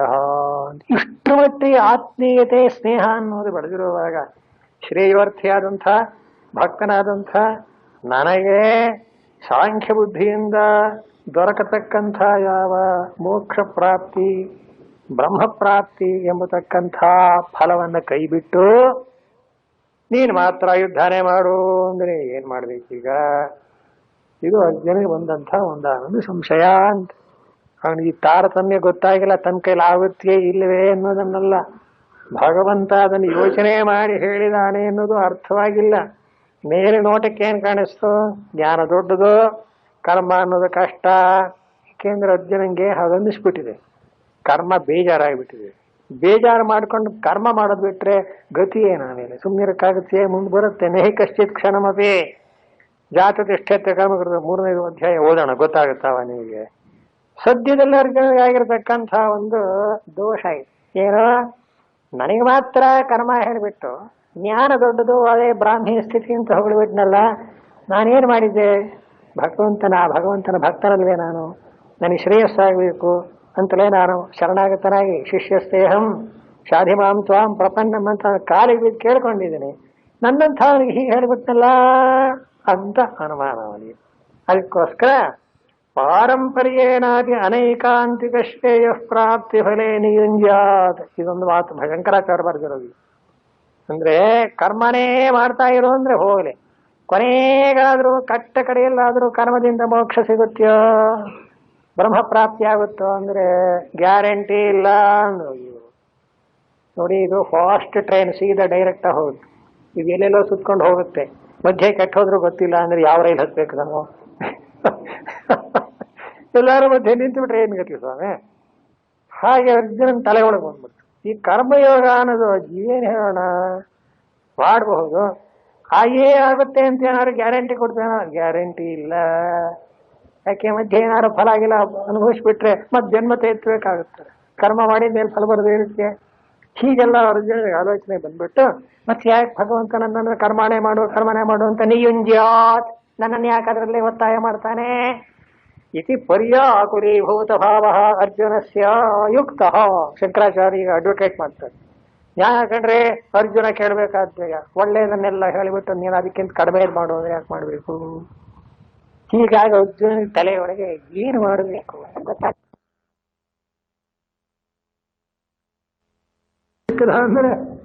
ಗೆದ್ದು ನಾವು. ಹೀಗಾಗಿ ತದನುರೂಪಶ್ಚ ಪ್ರಶ್ನ. ಇನ್ನು ಮುಂದಿನ ಪಾಠ ಏನಾಗುತ್ತೆ ಅಂದ್ರೆ, ಈಗ ಹೇಳಿದಂಥ ಸನ್ನಿವೇಶವನ್ನು ನೀವು ಮನಸ್ಸಿನಲ್ಲಿ ಕಲ್ಪನೆ ಮಾಡಿಕೊಂಡಾಗ ಇದಕ್ಕೆ ತಕ್ಕಂತೆಯೇ ಅರ್ಜುನ ಏನು ಮಾಡಿದ? ಜಾಯಸಿ ಚೇತ್ ಕರ್ಮಣಸ್ತೆ. ಅಯ್ಯೋ ಭಗವಂತ, ಕರ್ಮಕ್ಕಿಂತಲೋ ಜ್ಞಾನವೇ ದೊಡ್ಡದು ಅಂತ ನೀನು ಹೊಗಳಿ ಬ್ರಾಹ್ಮಿ ಸ್ಥಿತಿ ಅಂತ ಹೇಳಿಬಿಟ್ಟು ನನ್ನನ್ನು ಮಾತ್ರ ತತ್ಕಿಂ ಕರ್ಮಣಿ ಘೋರೇ ಮಾಂ ನಿಯೋಜಿಸಿ, ಮತ್ ನನ್ನ ಯಾಕೆ ತಗೊಂಡೋಗಿ ಕರ್ಮದ ಒಂದಾನೊಂದು ದೊಡ್ಡ ಗುಂಡಿ ಕೆಡ್ತಾ ಇದ್ದೀಯಾ ಅಂತ ಕೇಳ್ತಾನೆ. ಇದು ಯುಕ್ತ ಅಂದ್ರು. ನ್ಯಾಯ, ಸರಿಯಾಗಿ ಕೇಳಬೇಕಾದದ್ದು ನ್ಯಾಯವಾಗಿದೆ. ಹಾಗಾದ್ರೆ ಉತ್ತರ ಏನು ಕೇಳ ಮುಂದಿನ 11 ಗಂಟೆ ಸೆಷನ್ಸ್ಗೆ. ಜಾಯಸಿ ಚೇತ್ ಕರ್ಮಣಸ್ತೆ ಮತಾ ಬುದ್ಧಿರ್ಜನಾರ್ದನ ತತ್ಕಿಂ ಕರ್ಮಣಿ ಘೋರೇ ಮಾಂ ನಿಯೋಜಯಸಿ ಕೇಶವ. ಇನ್ನೊಂದು ಶ್ಲೋಕ ಇದೆ, ವ್ಯಾಮಿಶ್ರೇಣೇವ ವಾಕ್ಯೇನ ಬುದ್ಧಿಂ ಮೋಹಯಸೀವ ಮೇ ತದೇಕಂ ವದ ನಿಶ್ಚಿತ್ಯ ಏನ ಶ್ರೇಯೋಹಮಾಪ್ನುಯಾಂ. ಇದಿಷ್ಟು ಅರ್ಜುನನ ಪ್ರಶ್ನೆ. ಈ ಪ್ರಶ್ನೆಯನ್ನ ಮತ್ತೆ ಅನುವಾದ ಮಾಡಿ ಭಗವಂತ ಏನು ಉತ್ತರ ಹೇಳ್ತಾನೆ ಎಂಬುದನ್ನು ವಿಚಾರ ಮಾಡೋಣ ಎಂಬಲ್ಲಿಗೆ. ಜಾಯಸಿ ಚೇತ್ ಕರ್ಮಣಸ್ತೆ ಮತಾ ಬುದ್ಧಿರ್ಜನಾರ್ದನ ತತ್ಕಿಂ ಕರ್ಮಣಿ ಘೋರೇ ಮಾಂ ನಿಯೋಜಯಸಿ ಕೇಶವ. ವ್ಯಾಮಿಶ್ರೇಣೇವ ವಾಕ್ಯೇನ ಬುದ್ಧಿಂ ಮೋಹಯಸೀವ ಮೇ ತದೇಕಂ ವದ ನಿಶ್ಚಿತ್ಯ ಏನ ಶ್ರೇಯೋಹಮಾಪ್ನುಯಾಂ.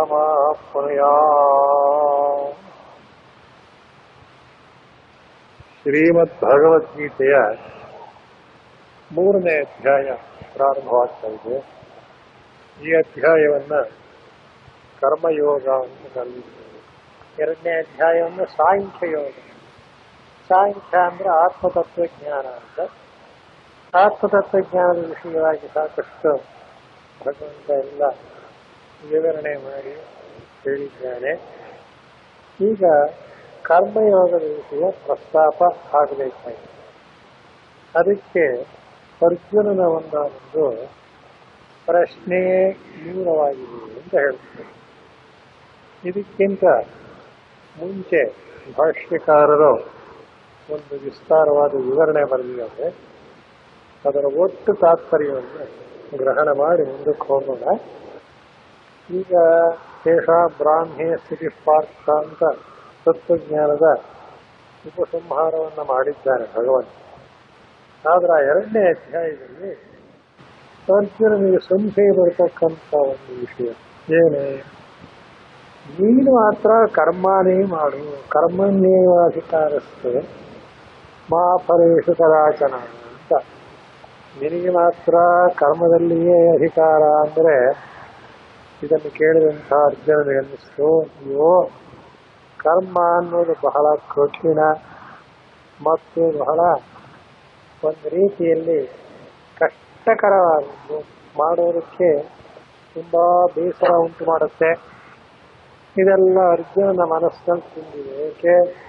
ಕ್ಷತ್ರಿಯನಿಗೆ ಯುದ್ಧ ಅನ್ನೋದು ಕೂಡ ಒಂದು ಸ್ಮಾರ್ಥ ಕರ್ಮ ಅಂತಲೇ ಬರುತ್ತೆ.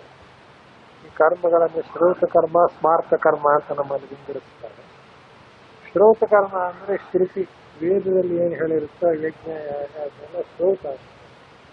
ಸ್ಮಾರ್ಥ ಅಂದ್ರೆ ಸ್ಮೃತಿಗಳಲ್ಲಿ ಹೇಳಿರುತ್ತೆ. ಸ್ಮೃತಿ ಅಂದ್ರೆ ಈಗ ನಾವು ಅನೇಕ ವ್ರತಗಳನ್ನು ಮಾಡ್ತೇವೆ, ಕಥೆಗಳನ್ನು ಮಾಡ್ತೇವೆ, ಪೂಜಾದಿಗಳನ್ನು ಮಾಡ್ತೇವೆ. ಇದೆಲ್ಲ ಒಂದು ಸ್ಮಾರ್ಥ. ಹೀಗೆ ಶುದ್ಧ ಸ್ಮಾರ್ಥ ಕರ್ಮವನ್ನು ಮಾಡ್ತಕ್ಕದ್ದು ಅಂತ ಏನು ಅಂದ್ರೆ ಅವನಿಗೆ ಕರ್ಮ ಬೇಕಾಗಿರ್ಲಿಲ್ಲ ಅಂದ್ರೆ ಅದನ್ನು ಸರಿಯಾಗಿ ಆಳವಾಗಿ ಚಿಂತನೆ ಮಾಡಿಲ್ಲ. ತಾತ್ಕಾಲಿಕವಾಗಿ ಅರ್ಜುನನಿಗೆ ಓ ನಾನು ಕ್ಷತ್ರಿಯ, ನನಗೆ ಯುದ್ಧ ಅಂತಕ್ಕದ್ದು ಕರ್ಮ ಹೌದು, ಆದರೆ ಕಥಂ ಭೀಷ್ಮಹಂ ಸಂಖ್ಯೆ ಅಂತ ಯುದ್ಧದಲ್ಲಿ ಭೀಷ್ಮಾದಿಗಳನ್ನೆಲ್ಲ ನನಗೆ ಹಿರಿಯರು ದೊಡ್ಡವರು ಇವರನ್ನೆಲ್ಲ ಸಂಹಾರ ಮಾಡಿದರೆ ಪಾಪಮೇವಾಶ್ರಯೇತು, ಪಾಪವೇ ಬರುತ್ತೆ ನನಗೆ, ಹೀಗೆಲ್ಲ ಕನ್ಫ್ಯೂಷನ್ ಮಾಡ್ಕೊಂಬಿಟ್ಟಿದ್ದೆ. ಅದಕ್ಕೋಸ್ಕರ ಭಗವಂತ ಸಾರಥಿಯಾಗಿದ್ದರಿಂದ ನಂಗೇನು ಗೊತ್ತಾಗಲ್ಲ. ಯದ್ವಾ ಜಯೇಮ ಯದಿವಾ ನೋ ಜಯೇಯೋ, ನಾವೇನು ಜಯಿಸ್ತೀವೋ ಬಿಡ್ತೀವೋ ಏನೋ ಗೊತ್ತಿಲ್ಲ. ಆದರೆ ಯಾರನ್ನು ಗೆಲ್ಲಬೇಕಾಗಿದೆಯೋ ಅವರೆಲ್ಲ ನಷ್ಟರಾಗ್ತಾರೆ ಯುದ್ಧದಲ್ಲಿ. ಇದೆಲ್ಲ ಚಿಂತನೆಗಳು ಅರ್ಜುನನ ಮನಸ್ಸಿನಲ್ಲಿ ಏನು ಪರಿಣಾಮ ಉಂಟು ಮಾಡಿದೆ ಅಂದರೆ, ಕರ್ಮ ಅನ್ನೋದು ತೀರಾ ಕಠಿಣ ಮತ್ತು ಅದರ ಫಲವೂ ಕೂಡ ದುಃಖಕರವಾದದ್ದು. ಇದು ನಿಜ. ವ್ಯವಹಾರ ದೃಷ್ಟಿಯಿಂದ ನೋಡಿದರೆ ಕರ್ಮ ಮಾಡೋದು ನಿಜವಾಗಿಯೂ ಶ್ರಮ ಸಾಧ್ಯ ಹೌದು. ಆದರೆ ಫಲದ ಆಸೆಯಿಂದ ನಾವು ಆ ಕರ್ಮವನ್ನು ಎಷ್ಟೋ ಸಲ ಮಾಡ್ತೇವೆ, ಇದು ನಿಜ. ಪ್ರಕೃತ ಅರ್ಜುನನಿಗೆ ಯುದ್ಧ ಅನ್ನೋದು ತುಂಬ ಮನಸ್ಸಿನಲ್ಲಿ ಬೇಜಾರಾಗುತ್ತೆ. ಆದ್ದರಿಂದ ಏನಾದರೂ ಮಾಡಿ ಆ ಒಂದೊಂದು ಕರ್ಮದ ಹಂಗನ್ನು, ಅದರ ಬಂಧನವನ್ನು ತಪ್ಪಿಸ್ಕೊಳ್ಳೋಣ ಅಂತ ಅನೇಕರಿಗೆ ಹಾಗಾಗತ್ತೆ.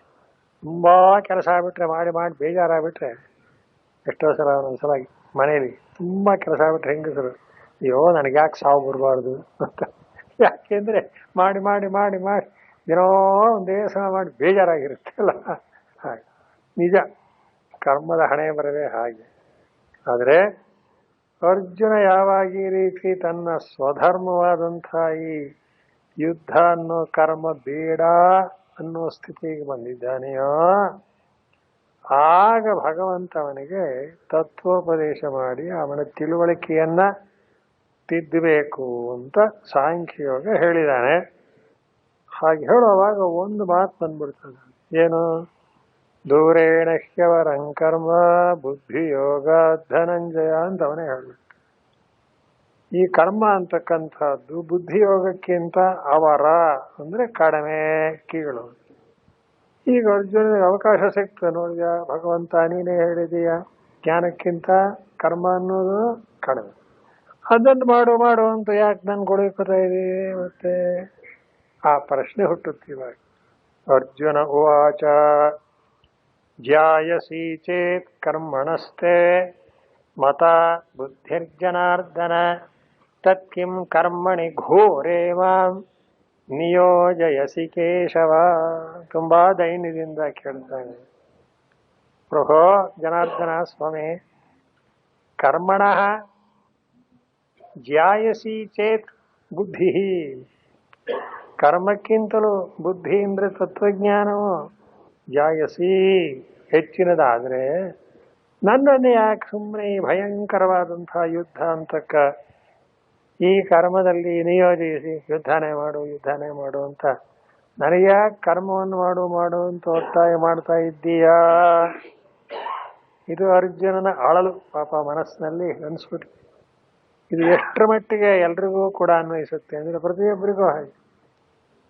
ನಾವೆಲ್ಲ ಏನ್ ತಿಳ್ಕೊಂಡಿದೀವಿ ಅಂದ್ರೆ ಜ್ಞಾನ ಅನ್ನೋದು ಸುಲಭ, ಕರ್ಮ ಅನ್ನೋದು ಕಷ್ಟ. ಸರಿ, ಇದೇನೋ ನಿಜ. ವ್ಯವಹಾರ ದೃಷ್ಟಿಯಿಂದ ನೋಡಿದರೆ ಜ್ಞಾನ ಅಂದ್ರೆ ಏನು? ಯಾರಿಗಾರು ಹೇಳಿ ಸ್ವಲ್ಪ ಮನೆಯಲ್ಲಿ ಅಡಿಗೆ ಸಹಾಯ ಮಾಡಬೇಕಲ್ಲ, ಹಾಗೆ ದೇವ್ರ ಪೂಜೆನ ಆಗಬೇಕು, ಪಾರಾಯಣ ಮಾಡ್ಬಿಡ್ತೀನಿ. ಪಾರಾಯಣ ಮಾಡೋದು ಸುಲಭ, ತುತ್ತು ಕಡಿಸ್ಕೊಂಡು ಮಾಡ್ಬಿಡ್ಬೋದು. ಮಾಡಿ ಕೆಲಸನ ಅಂದ್ಕೊಡ್ಲೇನೆ ಮೆಲ್ಲ ಏನಾದ್ರೂ ಅಂದ್ರೆ ಪ್ರತಿಯೊಬ್ಬರಿಗೂ ಕರ್ಮದ ವಿಷಯದಲ್ಲಿ ಈ ತಿಳುವಳಿಕೆ ಇದೆ. ಏನಂತ ಕಠಿಣ, ಮಾಡೋದು ಕಷ್ಟ ಅನ್ನೋದು ಬಂದ್ಬಿಟ್ಟಿದೆ ಭಾವ. ಅದರಂತೆ ಅರ್ಜುನಿಗೆ ಇನ್ನೂ ಒಂದು ಸ್ವಲ್ಪ ಸೇರಿಕೊಂತೇನು, ಹಿರಿಯರಾದ ಭೀಷ್ಮಾದಿಗಳನ್ನೆಲ್ಲ ಕೊಲ್ಲತಕ್ಕಂಥ ಈ ಪಾಪಿಷ್ಠವಾದಂತಹ ಕರ್ಮವನ್ನ ಯಾಕೆ ಮಾಡಬೇಕು? ಬೇಡ ನಮಗೆ. ಇಲ್ಲಿ ಅರ್ಜುನನ ದೃಷ್ಟಿ ಸ್ವಲ್ಪ ವ್ಯತ್ಯಾಸವಾಗಿದೆ. ಹೀಗೊಂದಾಗ ಹೂನ್ಸುತ್ತೆ. ಆದ್ರೆ ಶಾಸ್ತ್ರ ಏನು ಹೇಳುತ್ತೆ, ಕ್ಷತ್ರಿಯನಾಗಿರ್ತಕ್ಕವನು ತನ್ನ ಸ್ವಧರ್ಮವನ್ನ ಬಿಡ್ತಾನೆ ಅಂದ್ರೆ ಅದನ್ನು ಒಪ್ಪೋಕ್ಕಾಗಲ್ಲ ಅಂತ. ಯಾಕೆ? ಸ್ವಧರ್ಮ ಅಂತಕ್ಕದ್ದು ಸ್ವಧರ್ಮೇ ನಿಧನಂ ಶ್ರೇಯ ಪರಧರ್ಮೋ ಭಯ. ಅದು ಅವನಿಗೆ, ಆಯಾ ವ್ಯಕ್ತಿಗೆ ವರ್ಣಾಶ್ರಮ ಕರ್ಮಗಳ ಚೌಕಟ್ಟಿನಂತೆ ಅದು ಹೇಳಲ್ಪಟ್ಟದ್ದಾದರೆ ಅದನ್ನು ಎಂದಿಗೂ ಕೂಡ ನಾವು ಇದು ಬಹಳ ಕಷ್ಟ ಆದ್ರಿಂದ ಬೇಡ ಅನ್ನೋ ಪ್ರಶ್ನೆಯನ್ನು ಎತ್ತಬಾರ್ದು, ಬಿಡ್ಲೋಬಾರ್ದು. ಇದು ಕರ್ಮ ಕಾಂಡದ ಒಂದಾನೊಂದು ನಿಯಮ. ಇದು ಮಾಡಲೇಬೇಕು ಅನ್ನೋದನ್ನು ಮಾಡಲೇಬೇಕು. ಅದನ್ನ ಕಷ್ಟ ಇಷ್ಟ ಅಂತ ಕೂತ್ಕೊಂಡೇಲಾಗುತ್ತೆ. ಒಂದು. ಎರಡನೇದು, ಕರ್ಮ ಮಾಡದೇ ಇದ್ರೆ ಫಲ ಎಲ್ಲಿ ಬರುತ್ತೆ? ನೋಡಿ, ಮನುಷ್ಯನ ಜಾಣತನ ಏನು ಅಂದ್ರೆ ಕರ್ಮ ಮಾಡಬಾರ್ದು, ಫಲ ಮಾತ್ರ ಮಾಡಬೇಕು. ಇದು ಹೇಗೆ ಸಾಧ್ಯ? ಗಿಡ ಹಾಕಬಾರ್ದು, ನೀರು ಹಾಕಬಾರ್ದು, ಹಣ್ಣು ಬೇಕು ಅಂದ್ರೆ ಹೇಗೆ ಸಿಗುತ್ತೆ? ಲೋಕ ವ್ಯವಹಾರಕ್ಕೂ ಕೂಡ ಇದು ವಿರುದ್ಧ. ಅಂದಮೇಲೆ ಪ್ರತಿಯೊಬ್ಬ ವ್ಯಕ್ತಿಯೂ ಕೂಡ ಕರ್ಮದಿಂದ ತಪ್ಪಿಸ್ಕೊಡೋ ಹಾಗಿಲ್ಲ. ಇದು ಒಂದು ಕ್ರಮ. ಇನ್ನೊಂದು ಏನಾಗುತ್ತೆ ಅಂದ್ರೆ ಸ್ವಾಭಾವಿಕವಾದ ಕರ್ಮಗಳನ್ನು ಬಿಟ್ಬಿಡಿ ನೋಡೋಣ. ಹಾಗಾದ್ರೆ ಸ್ವಾಭಾವಿಕ ಅಂದ್ರೆ ಏನೋ ಉಸಿರಾಡೋದು, ನೋಡೋದು, ಕೇಳೋದು ಅಂತ ಮುಗದೇ ಹೋಯ್ತು. ಉಸಿರಾಡೋದು ನಿಲ್ಲಿಸ್ಬಿಟ್ರೆ ದೇವರೇ ಆಗತ್ತೆ. ಹೇಗಾಗತ್ತೆ? ಭಗವಂತನ ಉದ್ದೇಶ ಹುಟ್ಟಿದಂಥ ವ್ಯಕ್ತಿ, ಒಬ್ಬ ಜೀವ ಕರ್ಮವನ್ನ ಬಿಟ್ಟು ಬಾಳೋಕ್ ಸಾಧ್ಯನೇ? ಕರ್ಮವೇ ಜೀವನ ಅಲ್ವೇ? ಈ ರೀತಿ ಎಲ್ಲ ಭಗವಂತ ಒಂದಕ್ಕೊಂದನ್ನ ಸೇರಿಸಿ ಈಗ ಅರ್ಜುನ ಕೇಳತಕ್ಕ ಪ್ರಶ್ನೆಗೆ ಮುಂದೆ ಉತ್ತರ ಹೇಳ್ತಾನೆ. ಇದನ್ನು ಓದೋಣ. ಇದಕ್ಕೆ ಮುಂಚೆ ಶಂಕರಾಚಾರ್ಯರು ಒಂದೆರಡು ಪುಟಗಳಷ್ಟು ಒಂದು ಚರ್ಚೆ ಬರೆದಿದ್ದಾರೆ. ಏನ್ ಚರ್ಚೆ ಅಂದ್ರೆ ಅದರ ಒಟ್ಟು ತಾತ್ಪರ್ಯ ಸಾಕು, ಇನ್ನೇನು ವಿಶೇಷ ಏನು ಬೇಕಿಲ್ಲ. ಶಂಕರಾಚಾರ್ಯರ ಕಾಲಕ್ಕಿಂತ ಹಿಂದೆ ಇದ್ದಂಥ ಭಗವದ್ಗೀತೆಗೆ ಅರ್ಥ ಬರೆದಂಥ ಅವರನ್ನು ವೃತ್ತಿಕಾರರು ಅಂತ ಕರೆದಿದ್ದಾರೆ ಶಂಕರಾಚಾರ್ಯ. ಆ ವೃತ್ತಿಕಾರರು ಏನು ಬರೆದಿದ್ದಾರೆ ಅನ್ನೋದು ಶಂಕರಾಚಾರ್ಯರು ಅನುವಾದ ಮಾಡಿರತಕ್ಕ ಪೂರ್ವ ಪಕ್ಷದಿಂದ ಗೊತ್ತು ಮಾಡಬೇಕು. ಯಾಕೆ ಅಂದ್ರೆ ಆ ವೃತ್ತಿಕಾರರ ಗ್ರಂಥ ಈಗ ಲಭ್ಯವಿಲ್ಲ. ಅಂದ್ಲಿಗೆ ಏನಾಯ್ತು, ಶಂಕರಾಚಾರ್ಯರು ಬರೆದಿರೋ ಒಂದಾನೊಂದು ಭಗವದ್ಗೀತೆಯ ಭಾಷ್ಯವೇ ಅತ್ಯಂತ ಪ್ರಾಚೀನ. ಅದಕ್ಕಿಂತ ಮುಂದಕ್ಕೆ ಬೇರೆ ಬೇರೆಯವ್ರು ಏನ್ ಬೇಕಾದ್ರೂ ಬರ್ಕೊಂಡು ಹೋಗ್ಲಿ. ಅದಕ್ಕೆ ನಮ್ಮ ಗುರುಗಳು ಹೇಳೋರು, ಭಗವದ್ಗೀತೆಗೆ ಯಾರು ಯಾವ ರೀತಿ ಬೇಕಾದ್ರೂ ಅರ್ಥ ಮಾಡಬಹುದು. ನಿಜ, ಅದು ಸಾರ್ವಕಾಲಿಕ ಗ್ರಂಥ. ಅವರವರ ದೃಷ್ಟಿಕೋನದಿಂದ ಅವರವರು ಕರ್ಮ ಅಂತಲೋ ಭಕ್ತಿ ಅಂತಲೋ ಜ್ಞಾನ ಅಂತಲೋ ಒಂದು ತತ್ವವನ್ನ ಹೇಳಿದೆ ಅಂತ ಪ್ರತಿಪಾದನೆ ಮಾಡ್ತಾರೆ.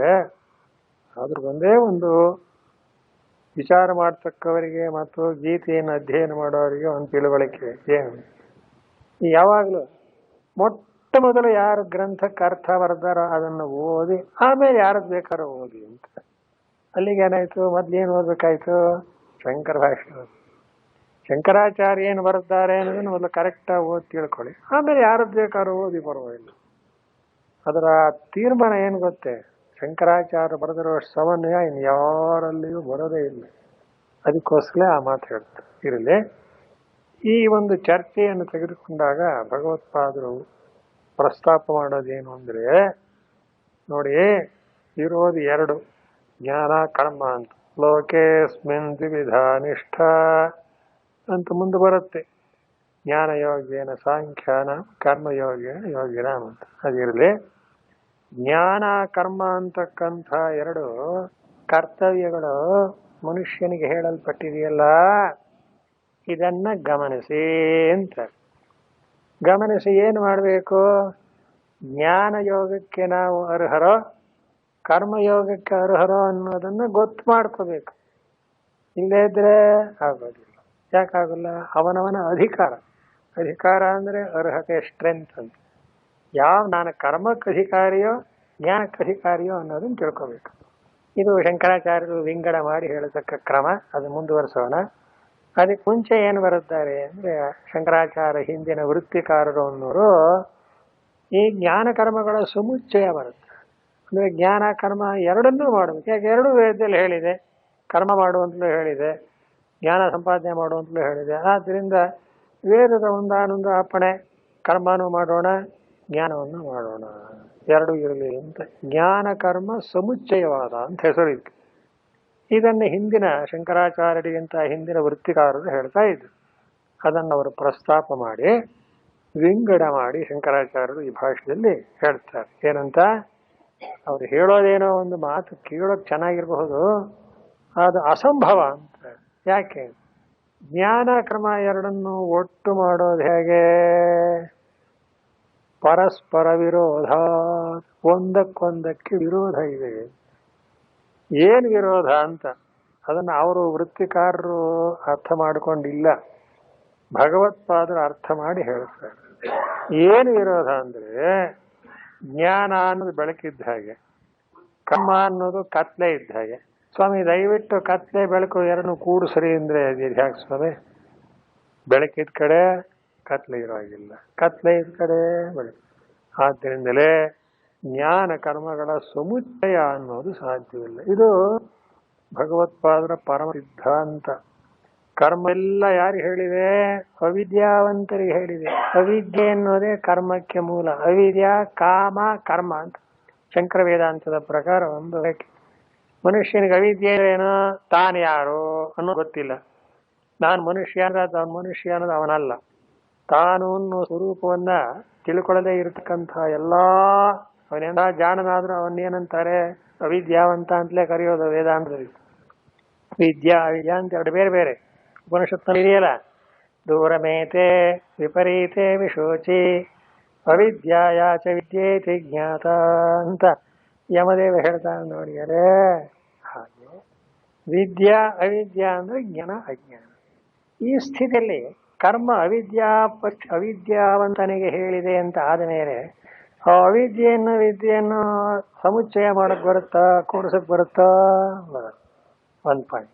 ಇನ್ನೊಂದು ಪಾಯಿಂಟ್ ಏನು ಹೇಳ್ತಾರೆ ಅಂದ್ರೆ, ಕರ್ಮ ಮಾಡಬೇಕಾದ್ರೆ ಕರ್ಮ ಕರ್ತೃ ಬಹಳ ಮುಖ್ಯ. ಮಾಡುವವನು ಕರ್ತೃವಿದ್ರದ ಕರ್ಮ. ನಮ್ಮ ಶಾಸ್ತ್ರದಲ್ಲಿ ಹಾಗೆ ಹೇಳೋದು, ಕರ್ತೃನಾಶೇ ಕರ್ಮನಾಶ ಅಂತಾರೆ. ಕರ್ತೃ ಇಲ್ಲ ಅಂದ್ರೆ ಕರ್ಮ ಇಲ್ಲ. ಈಗ ಅವನ ವ್ಯಕ್ತಿ ಮೃತನಾಗಿರ್ತಾನೆ ಅಂತ ತಿಳ್ಕೊಳ್ಳಿ. ನಿಮ್ಮ ಮಗ ಇದ್ರೆ ಅವನು ಕರ್ತೃ ಆಗ್ತಾನೆ, ಅವನಿಗೆ ಕರ್ಮ. ಮಗ ಹೋಗ್ಬಿಟ್ಟಾನೆ, ಅವರಪ್ಪನ ತಿಥಿ ಮಾಡೋರು, ಅವರೇ ಹೋದ್ಮೇಲೆ ತಿಥಿ ಮಾಡೋರು ಯಾರ್ತಾರೆ? ಏನಾಯ್ತು? ಕರ್ತೃನಾಶ ಕರ್ಮನಾಶ ಅಂತ. ಇದು ಭಗವತ್ಪಾದರ ಅಭಿಪ್ರಾಯ. ಕರ್ಮ ಕರ್ಮ ಅಂತ ಹೇಳ್ತೀರಲ್ಲ ನೀವು ವಾದಿಗಳು, ಈ ಕರ್ಮಕ್ಕೊಬ್ಬ ಕರ್ತೃ ಬೇಡವೇ? ಬೇಕು. ಕರ್ತೃ ಬೇಕು ಕೂಡಲೇ ಕರ್ತೃ ಅಂದ್ರೆ ಯಾರು? ನಾನು ಅನ್ನೋದು ಅಹಂಕಾರಕ್ಕೆ. ನಾನು ಅಂತ ದೇಹಾದಿಗಳನ್ನು ಅಂದುಕೊಳ್ಳದೆ ಯಾವ ಕೆಲಸ ಮಾಡೋಕ್ಕಾಗಲ್ಲ. ಹಿಂದೆ ಬ್ರಹ್ಮಸೂತ್ರ ಭಾಷೆಯಲ್ಲಿ ಕೂಡ ದೇಹೇಂದ್ರಿಯಾದಿಶು ಅಹಂ ಮಮಾಭಿಮಾನ ರಹಿತಸ್ಯ ಪ್ರಮಾತೃತ್ವ ಅನುಪಪತ್ತು ಪ್ರಮಾಣ ಪ್ರವೃತ್ತಿ ಅನುಪಪತ್ತೇ ಅಂತ ಒಂದು ಒಳ್ಳೆ ವಾಕ್ಯ ಬರೀತಾರೆ. ಈ ದೇಹ ಇಂದ್ರಿಯಗಳನ್ನ ನಾನು ನಂದು ಅಂದುಕೊಳ್ಳದೆ ಹೋದ್ರೆ ಯಾರು ಏನು ಮಾಡೋಕ್ಕಾಗಲ್ಲ ಅಲ್ವೇ? ಯೋಚನೆ ಮಾಡಿ ನೋಡೋಣ. ಈ ಶರೀರ ನಾನು ಅಂದ್ಕೊಳ್ಳದೆ ಇದ್ರೆ ಕಣ್ಣು ಕೈ ಕಾಲೆಲ್ಲ ಉಪಯೋಗಿಸಿ ಕ್ರಮ ಮಾಡಕ್ ಬರುತ್ತೋ? ಇದಕ್ಕೆ ವಿರೋಧ ಯಾಕೆ ಅಂದ್ರು, ಜ್ಞಾನ ಬಂದ್ರೆ ಇದೆಲ್ಲ ಹೊರತು ದೇಹವೇ ನಾನಲ್ಲ ಅಂತ ಗೊತ್ತಾದ್ರೆ ಯಾವನ್ ಕರ್ಮ ಮಾಡೋದು? ಕರ್ತೃ ಎಲ್ಲಿದ್ದಾನೆ ಹೇಳಿ ನೋಡೋಣ. ಈ ದೇಹ ನಾನಲ್ಲ, ನಜಾಯತೆ ನಮ್ರಿಯತೆ ಅಂತ 2ನೇ ಅಧ್ಯಾಯ ಪೂರ್ತಿ ನಿಮಗೆ ಆತ್ಮತತ್ವವನ್ನು ಸ್ಪಷ್ಟವಾಗಿ ಹೇಳಿದೆ. ಈ ದೇಹ ನಾನಲ್ಲ, ಇಂದ್ರಿಯಗಳು ನಾನಲ್ಲ, ಬುದ್ಧಿ ನಾನಲ್ಲ, ಆತ್ಮ ಅನ್ನೋ ಇವುಗಳಿಗಿಂತ ವ್ಯತಿರಿಕ್ತನಾಗಿದ್ದಾನೆ, ಅಜಃ ನಿತ್ಯ, ಸಾಕಷ್ಟು ಉಪದೇಶ ಮಾಡಾಗಿದೆ. ಈ ಸಾಂಖ್ಯಾಂದ್ರಿ ತತ್ವಜ್ಞಾನವನ್ನು ಯಾವನು ಅರಿತುಕೊಂಡಿದ್ದಾನೋ ಅವನಿಗೆ ನಾನು ದೇಹ ಅನ್ನೋ ಅಭಿಮಾನ ಉಳಿಯಕ್ಕೆ ಸಾಧ್ಯವಾ ಇಲ್ಲ. ಒಂದು ಪಾಯಿಂಟ್. ಹಾಗಾದ್ರೆ ಅವನು ತಾನು ಕರ್ತೃ ಅಂತ ತಿಳ್ಕೊಳ್ದೆ ಕರ್ಮ ಮಾಡೋದು ಹೇಗೆ? ನೋಡಿದ್ರ, ನೀವು ಮಾಡೋ ಕೆಲಸನ ಜ್ಞಾನಕ್ಕೂ ಕರ್ಮಕ್ಕೂ ಪರಸ್ಪರ ವಿರೋಧವಿದೆ. ಒಬ್ಬನೇ ವ್ಯಕ್ತಿ ಅಂತೂ ಖಂಡಿತ ಮಾಡೋ ಸಾಧ್ಯವಿಲ್ಲ. ಯಾಕೆ? ನಾನು ಅಂದ್ಕೊಳ್ದ್ರೆ ಯಾವ ಕರ್ಮವೂ ನಡೆಯೋ ಹಾಗೆ ಇಲ್ಲ. ನಾನು ಅಂದ್ಕೊಂಡ್ ಕೂಡಲೇ ಅಭಿಮಾನ ಬಂತು, ಅದು ಅಜ್ಞಾನವಾಯಿತು. ಹೀಗಾಗಿ ಜ್ಞಾನ ಕರ್ಮಗಳಿಗೆ ಸಮುಚ್ಚಯ ಅಂತ ಏನು ಹೇಳಿರ ತಪ್ಪು, ಅದು ಸಾಧ್ಯವೇ ಇಲ್ಲ. ಬೇಕಾದ್ರೆ ಪರ್ಯಾಯ ಹೇಳುವ, ಪರ್ಯಾಯ ಅಂದಿನ ಕರ್ಮಾನುಷ್ಠಾನ ಮಾಡಿ ಬೇಕಾದ ಯೋಗ್ಯತೆ ಪಡ್ಕೊಂಡು ಜ್ಞಾನಕ್ಕೆ ಇರ್ಬೋದು. ಜ್ಞಾನಕ್ಕೆ ಮುಟ್ಟಿದ ಮೇಲೆ ಮತ್ತೆ ಹಿಂದಕ್ಕೆ ಬರೋಕ್ಕಾಗಲ್ಲ, ಪುನಃ ಮಾಡೋಕ್ಕಾಗಲ್ಲ. ಅದಕ್ಕೂ ಮುಂದೆ 2ನೇ ಅಧ್ಯಾಯದವರೆಗೂ ಈ ವಿಚಾರ ನಡೆಯಿರಿ ಅಲ್ಲಿ ಕೇಳ್ತಾರೆ. ಹಾಗಾದ್ರೆ ಜ್ಞಾನಿ ಕರ್ಮ ಮಾಡಲ್ವೋ? ಜ್ಞಾನಿ ಇನ್ನೊಂದು ಮನುಷ್ಯ ಅಲ್ವೋ? ಅವನಿಗೆ ಕಣ್ಣು ಕಿವಿ ಮೂಗು ಇದೆಯೋ ಇಲ್ವೋ? ಮಾತಾಡೋಣ ಇಲ್ವೋ? ಹೀಗೆಲ್ಲ ಪ್ರಶ್ನೆ. ಅದಕ್ಕೂ ಉತ್ತರ ಉಂಟು ಭಗವದ್ಗೀತೆಯಲ್ಲಿ. ಪಶ್ಯನ್ ಶೃಣ್ವನ್ ಸ್ಪೃಶನ್ ಜಿಘ್ರನ್. ಹೇಳೋಣ ಮುಂದೆ ಬಂದಾಗ. ಸದ್ಯಕ್ಕೆ ನಾವನ್ನ ಪರಾಮರ್ಶ ಮಾಡ. ನಿಜ ಜ್ಞಾನಿ ಬದುಕಿದಾನೆನ್ನುವುದಕ್ಕೂ ಅಜ್ಞಾನಿ ಬದುಕಿ ಜೀವನ ಮಾಡ್ತಾನೆನ್ನಕ್ಕೂ ಅಜಗಜಾಂತರ ವ್ಯತ್ಯಾಸ. ಅದನ್ನೆಲ್ಲ ಮುಂದೆ ಹೇಳ್ತಾರೆ.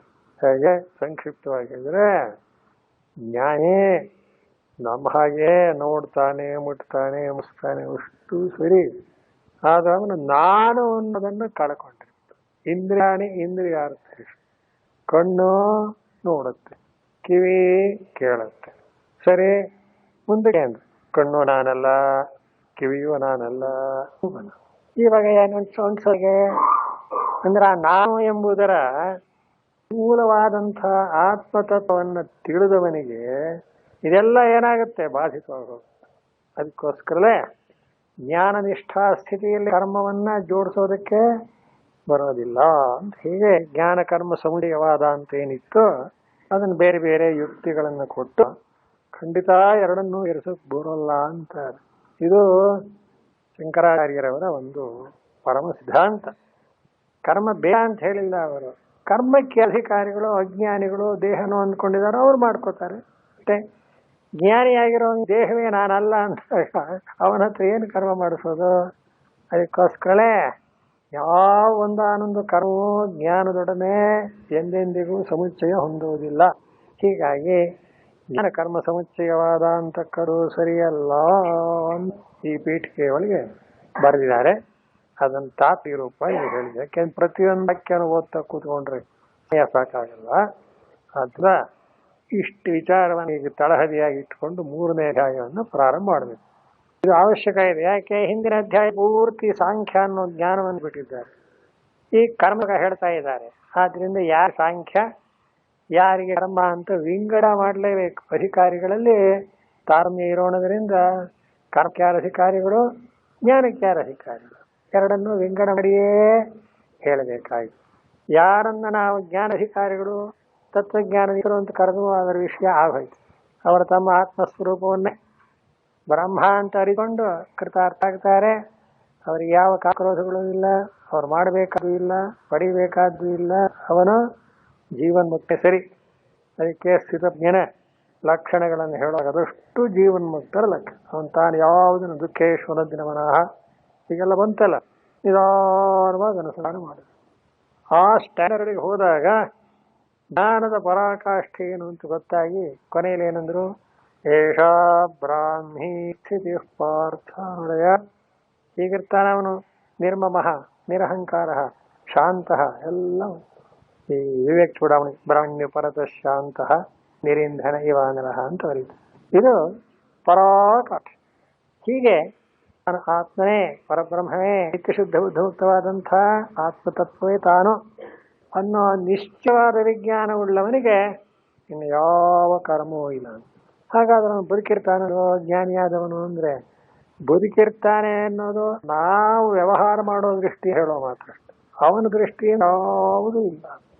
ಅಂದ ಮೇಲೆ ಈ ಒಂದು ಜ್ಞಾನ ಕರ್ಮಗಳ ಸಮುಚ್ಚಯ ಸಾಧ್ಯವಿಲ್ಲ.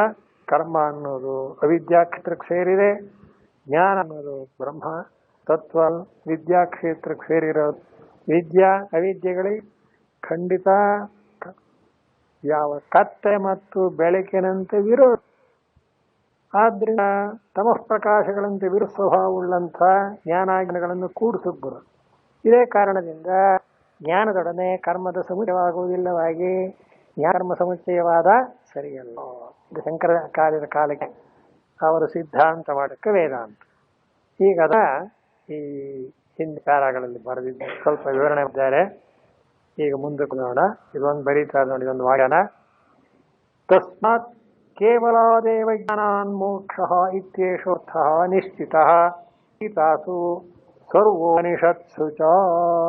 ಕನ್ಕ್ಲೂಷನ್ ಬರೆದ್ಬಿಟ್ಟು ಈಗ ನಾವು ವಿಮೆ ಮಾಡಿದಂಥ ಒಂದೊಂದು ವಿಚಾರದ ಪ್ರಕಾರ ಕೇವಲ ವಿಜ್ಞಾನಾನ್ ಮೋಕ್ಷಃ, ಇದುವರೆಗೆ ಸಾಂಖ್ಯ ಯೋಗ ಅಂತ ಹಿನ ಅಧ್ಯಾಯದಲ್ಲಿ ಯಾವ ತತ್ವಜ್ಞಾನವ ಹೇಳಲಾಗಿದೆಯೋ ಆ ಜ್ಞಾನ ಮಾತ್ರದಿಂದಲೇ ಮೋಕ್ಷವೇ ಹೊರತು ಜ್ಞಾನವಾದ ಮೇಲೂ ಕರ್ಮಾದಿಗಳನ್ನು ಮಾಡಿ ಅದರನ್ನೇ ಸಮುಚ್ಚಯ ಮಾಡಬೇಕು ಎಂಬುದು ಸರಿಯಲ್ಲ. ಇದನ್ನ ಸ್ವರಾಸು ನಿಶ್ಚಿತ ಗೀತಾಸು ಉಪನಿಷತ್ಸು ಚ, ಭಗವದ್ಗೀತೆಯಲ್ಲಿಯೋ ಉಪನಿಷತ್ತುಗಳಲ್ಲಿಯೋ ಈ ಒಂದೊಂದು ಮಾತನ್ನ, ಯಾವುದನ್ನ, ಕೇವಲ ಜ್ಞಾನದಿಂದ ಮೋಕ್ಷ, ಇದೇ ಶಂಕರ ಸಿದ್ಧಾಂತ ಜಿಸ್ಟ್ ಇದು, ಜ್ಞಾನಾನ್ ಮೋಕ್ಷ ಎಂಬತಕ್ಕಂಥ. ಬಾಕಿಯವರೆಲ್ಲ ಆ ಜ್ಞಾನಕ್ಕೆ ಕರ್ಮವನ್ನು ಕಲಬೆರಕೆ ಮಾಡಿ ಹೇಳ್ತಾರೆ.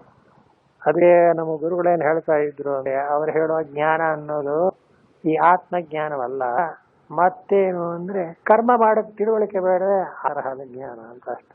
ಆತ್ಮಜ್ಞಾನವಾದರೆ ಈ ಕರ್ಮವನ್ನು ಸಮುಚ್ಚಯ ಮಾಡೋಕ್ಕೆ ಬರುಲ್ಲ.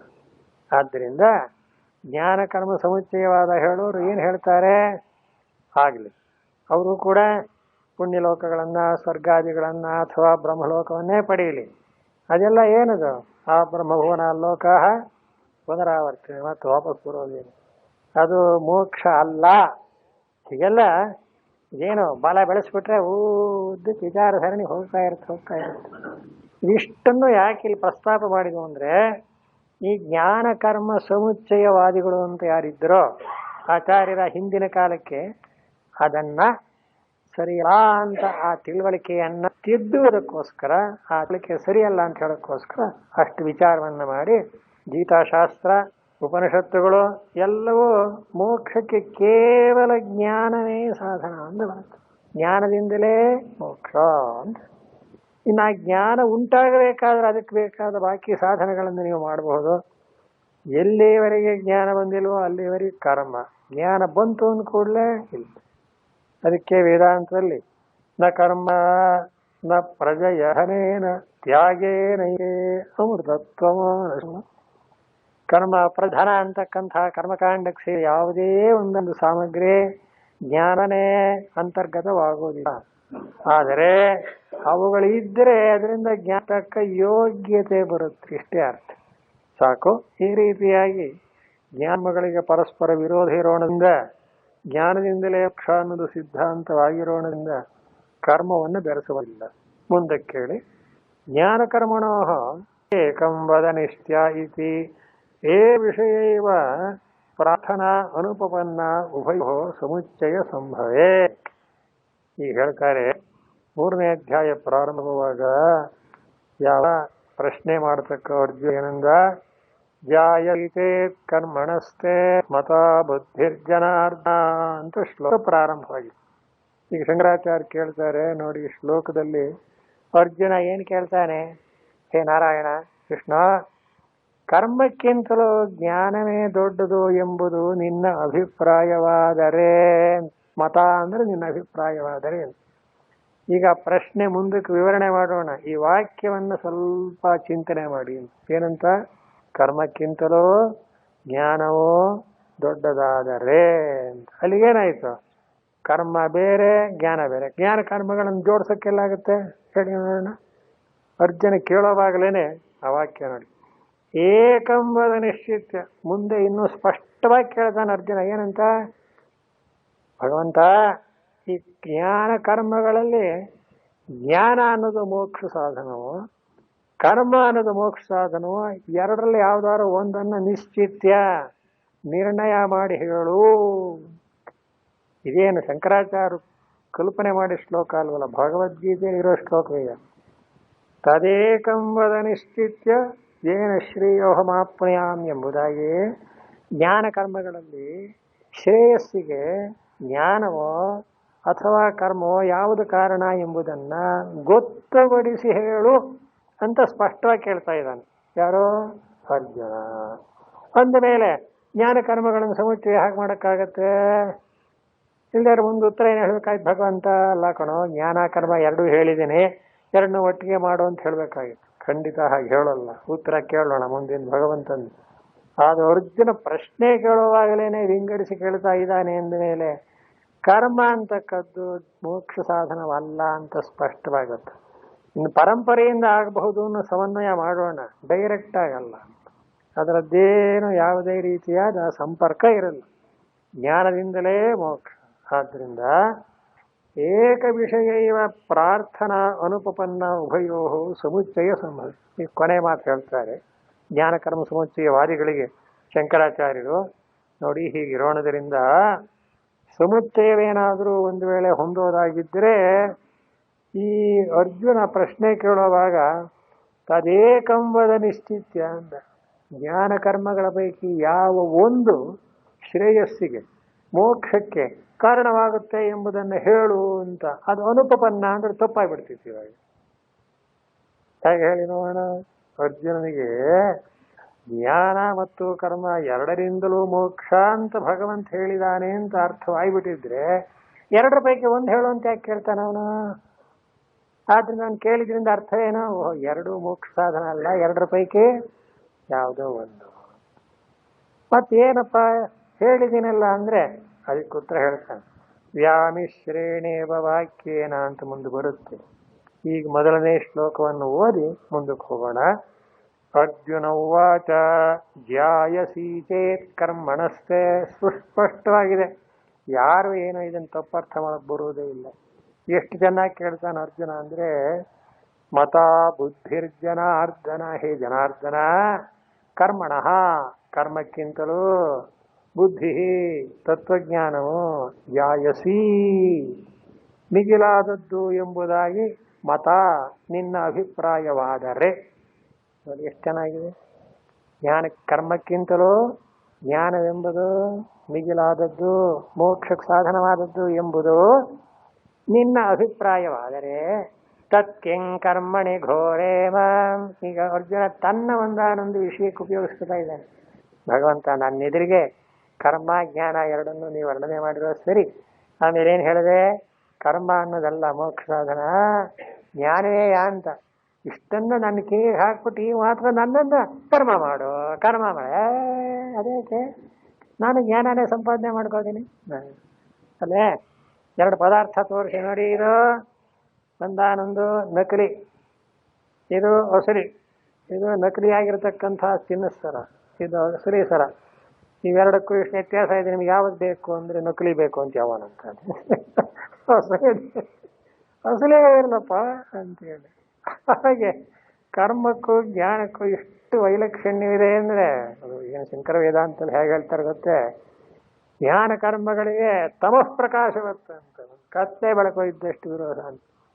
ಅದು ಯಾತ್ರಿಂದ ಗೊತ್ತಾಗಬೇಕು ಅಂದ್ರೆ ಹೌದು, ವ್ಯವಹಾರದಲ್ಲಿ ನಮಗೇನಾಗುತ್ತೆ, ಹೇಳಿಕೊಳ್ಳಿ ಬಿಡಿ ಬಾಯಲ್ಲಿ ಜ್ಞಾನ ಮಾತಾಡಿಬಿಟ್ರೆ ಆಗೋಯ್ತೆ ಅಂತ. ನಮ್ಮ ಅಭಿಪ್ರಾಯ ಹೇಗೆ ಅಂತೀರ? ಜ್ಞಾನ ಅಂದ್ರೆ ಬರೀ ಮಾತಾಡಿಬಿಟ್ರೆ ಜ್ಞಾನ ಆಯಿತು ಅಂತ, ಉಪನ್ಯಾಸ ಮಾಡಿಬಿಟ್ರೆ ಜ್ಞಾನ ಆಯಿತು ಅಂತ, ದೇವರೇ ಗತಿ. ಅದಲ್ಲ. ಜ್ಞಾನ ಅನ್ನುವ ಶಬ್ದದ ಅರ್ಥ ಏನು ಗೊತ್ತೇ? ಪರಬ್ರಹ್ಮಕ್ಕೆ ಜ್ಞಾನ ಅಂತ ಹೆಸರು. ಆ ಪರಮಾರ್ಥ ಸ್ವರೂಪವೇ ತಾನು ಅಂತ ಅಲ್ಲೊಂದು ಕಡೆ ಬರೀತಾರೆ. ಶಂಕರಾಚಾರ್ಯರ ವಾಕ್ಯ ಕೇಳಿ, ಏನ್ ಜ್ಞಾನ ಬೇಕು ಗೊತ್ತೇ? ಸರ್ವ ದುಃಖ ವಿನಿರ್ಮುಕ್ತ ಚೈತನ್ಯಾತ್ಮಕೋಹಂ ಅಂತ ಆಗ್ಬೇಕು. ಆಯ್ತೇನಪ್ಪ, ಆಯ್ತಾ ಜ್ಞಾನ? ಶಬ್ದ ಕೇಳಿದ್ವು, ಏನಂತ ಆಗ್ಬೇಕು? ಸರ್ವ ದುಃಖಗಳಿಂದಲೂ ಬಿಡಲ್ಪಟ್ಟ ಚೈತನ್ಯ ಸ್ವರೂಪನೇ ನಾನು ಅಂತ ಯಾವನು ತಿಳಿದಿದ್ದಾನೋ ಅವನಿಗೆ ಜ್ಞಾನಿ. ಈಗ ನಾವೆಲ್ಲ ಏನ್ ತಿಳ್ಕೊಂಡಿದ್ದೇವೆ? ಸರ್ವ ದುಃಖ ವಿನಿರ್ಮುಕ್ತ ಅಂತ ಹೇಳಕ್ ನಮಗೆ ನಿಜವಾಗಿಯೂ ಧೈರ್ಯ ಇದೆಯೇ? ಇಲ್ಲ. ಕೆಲಸ ಹಾಗೆ ಇಲ್ಲ, ಹಾಗೆ ಕೂತೇ ಇದೆ. ಅದನ್ನ ಕಳಿಬೇಕು ಅಂದ್ರೆ ಹೇಗೆ? ಭಗವತ್ಪಾದ ಹೇಳೋ ಮಾತು, ದೇಹಾತ್ಮಜ್ಞಾನವಜ್ಞಾನಂ ದೇಹಾತ್ಮಜ್ಞಾನ ಬಾಧಕಂ ಆತ್ಮನ್ನೇವ ಭವೇದ್ಯಸ್ಯ ಸನ್ನೇಚ್ಛನ್ನಪಿ ಮುಚ್ಯತೆ ಅಂತ ಉಪದೇಶ ಶಾಸ್ತ್ರ ಈ ಶ್ಲೋಕ ಇದೆ. ಗುರುಗಳು ಪದೇ ಪದೇ ಹೇಳೋರಿಗೆ ಏನಂತ? ಬ್ರಹ್ಮಜ್ಞಾನ ಆಯಿತು ಅನ್ನೋದನ್ನ ಹೇಗೆ ಗೊತ್ತು ಮಾಡಬೇಕು ಅಂದ್ರೆ, ಈ ದೇಹವೇ ನಾನು ಅನ್ನೋದು ಎಷ್ಟರ ಮಟ್ಟಿಗೆ ದೃಢವಾಗಿ ಗಟ್ಟಿಮುಟ್ಟಾಗಿ ನನಗೆ ಗೊತ್ತಿದೆಯೋ ಹಾಗೆ ಇದು ನಾನಲ್ಲ ಅಂತ ಗೊತ್ತಾಗುತ್ತೆ. ಯಾರಿಗೆ ಗೊತ್ತಾಗುತ್ತೆ? ನೋಡಿದ್ರೆ ಯಾವನ ಕಾಪಾಲಿಕ ನನ್ನ ಶಂಕರಾಚಾರ್ಯ ಚರಿತ್ರೆ ಬರುತ್ತಲ್ಲ, ಬಂದ್ಬಿಟ್ಟು ಸ್ವಾಮಿ ನನಗೇನೋ ಒಂದು ಸಿದ್ಧಿ ಆಗಬೇಕಾಗಿದೆ, ದೇವಿ ಹೇಳಿದಾಳೆ, ಯಾವನಾರೊಬ್ಬ ರಾಜನ್ನ ಇಲ್ಲ ಸನ್ಯಾಸಿ ತಲೆಯನ್ನ ತಂದು ನನಗೆ ಅರ್ಪಿಸು, ನೀನು ಸಿದ್ಧಿ ಆಗುತ್ತೆ ಅಂತ ಹೇಳಿದಾಳೆ. ರಾಜ ಮಹಾರಾಜರ ತಲೆ ಸಿಕ್ಕೋಲ್ಲ, ನೀವು ಸನ್ಯಾಸಿಗಳು, ನಿಮ್ಗೆ ಹೇಗೂ ದೇಹಾಭಿಮಾನ ಇಲ್ವಲ್ಲ, ನಿಮ್ಮ ತಲೆ ಕೊಟ್ಬಿಡಿ ಅಂತ. ಇನ್ಯಾರು ಈ ಮಾತು ಕೇಳಿದ್ರೆ ಸುಸ್ತು ಹೋಗ್ಬಿಡು. ಆಚಾರ್ಯ ಏನಂದ್ರಪ್ಪ, ಅಗತ್ಯವಾಗಿ ಆಗ್ಬಹುದು, ಈ ಶರೀರ ನಾನಲ್ಲ. ಒಂದು ಮಾತ್ರ ಜೋಪಾನ, ಯಾರು ಇಲ್ಲದೆ ಇದ್ದಾಗ ನೋಡಿ ತಗೊಂಡು ಹೋಗಿದ್ರೆ ನಿನಗೆ ನಾ ರೆಡಿ ಮಾಡಿಬಿಟ್ಟಾರು, ರೆಡಿ ಆಗಿದ್ದೀನಿ ಎಂದ್ರು. ಹಾಗೆ ಹೇಳೋರು ಯಾರಿದ್ದಾರೆ ಸ್ವಾಮಿ? ಹಾಗೆ ಹೇಳ್ಬೇಕಾದ್ರೆ ಏನಿರ್ಬೇಕು ಅವ್ರಿಗೆ? ಈ ದೇಹ ನಾನಲ್ಲ. ಮುಂದಿನ ಕಥೆ ಸರಿ. ಆಮೇಲೆ ಬಂದು ನರಸಿಂಹಾವತಾರ ಮಾಡಿದ, ಅವನು ಪದ್ಮಪಾದ್ರ, ಅವನು ಸಂಹಾರ ಮಾಡಿದ, ಕಾಪಾಲಿಕರ ಕಥೆ ಸರಿ.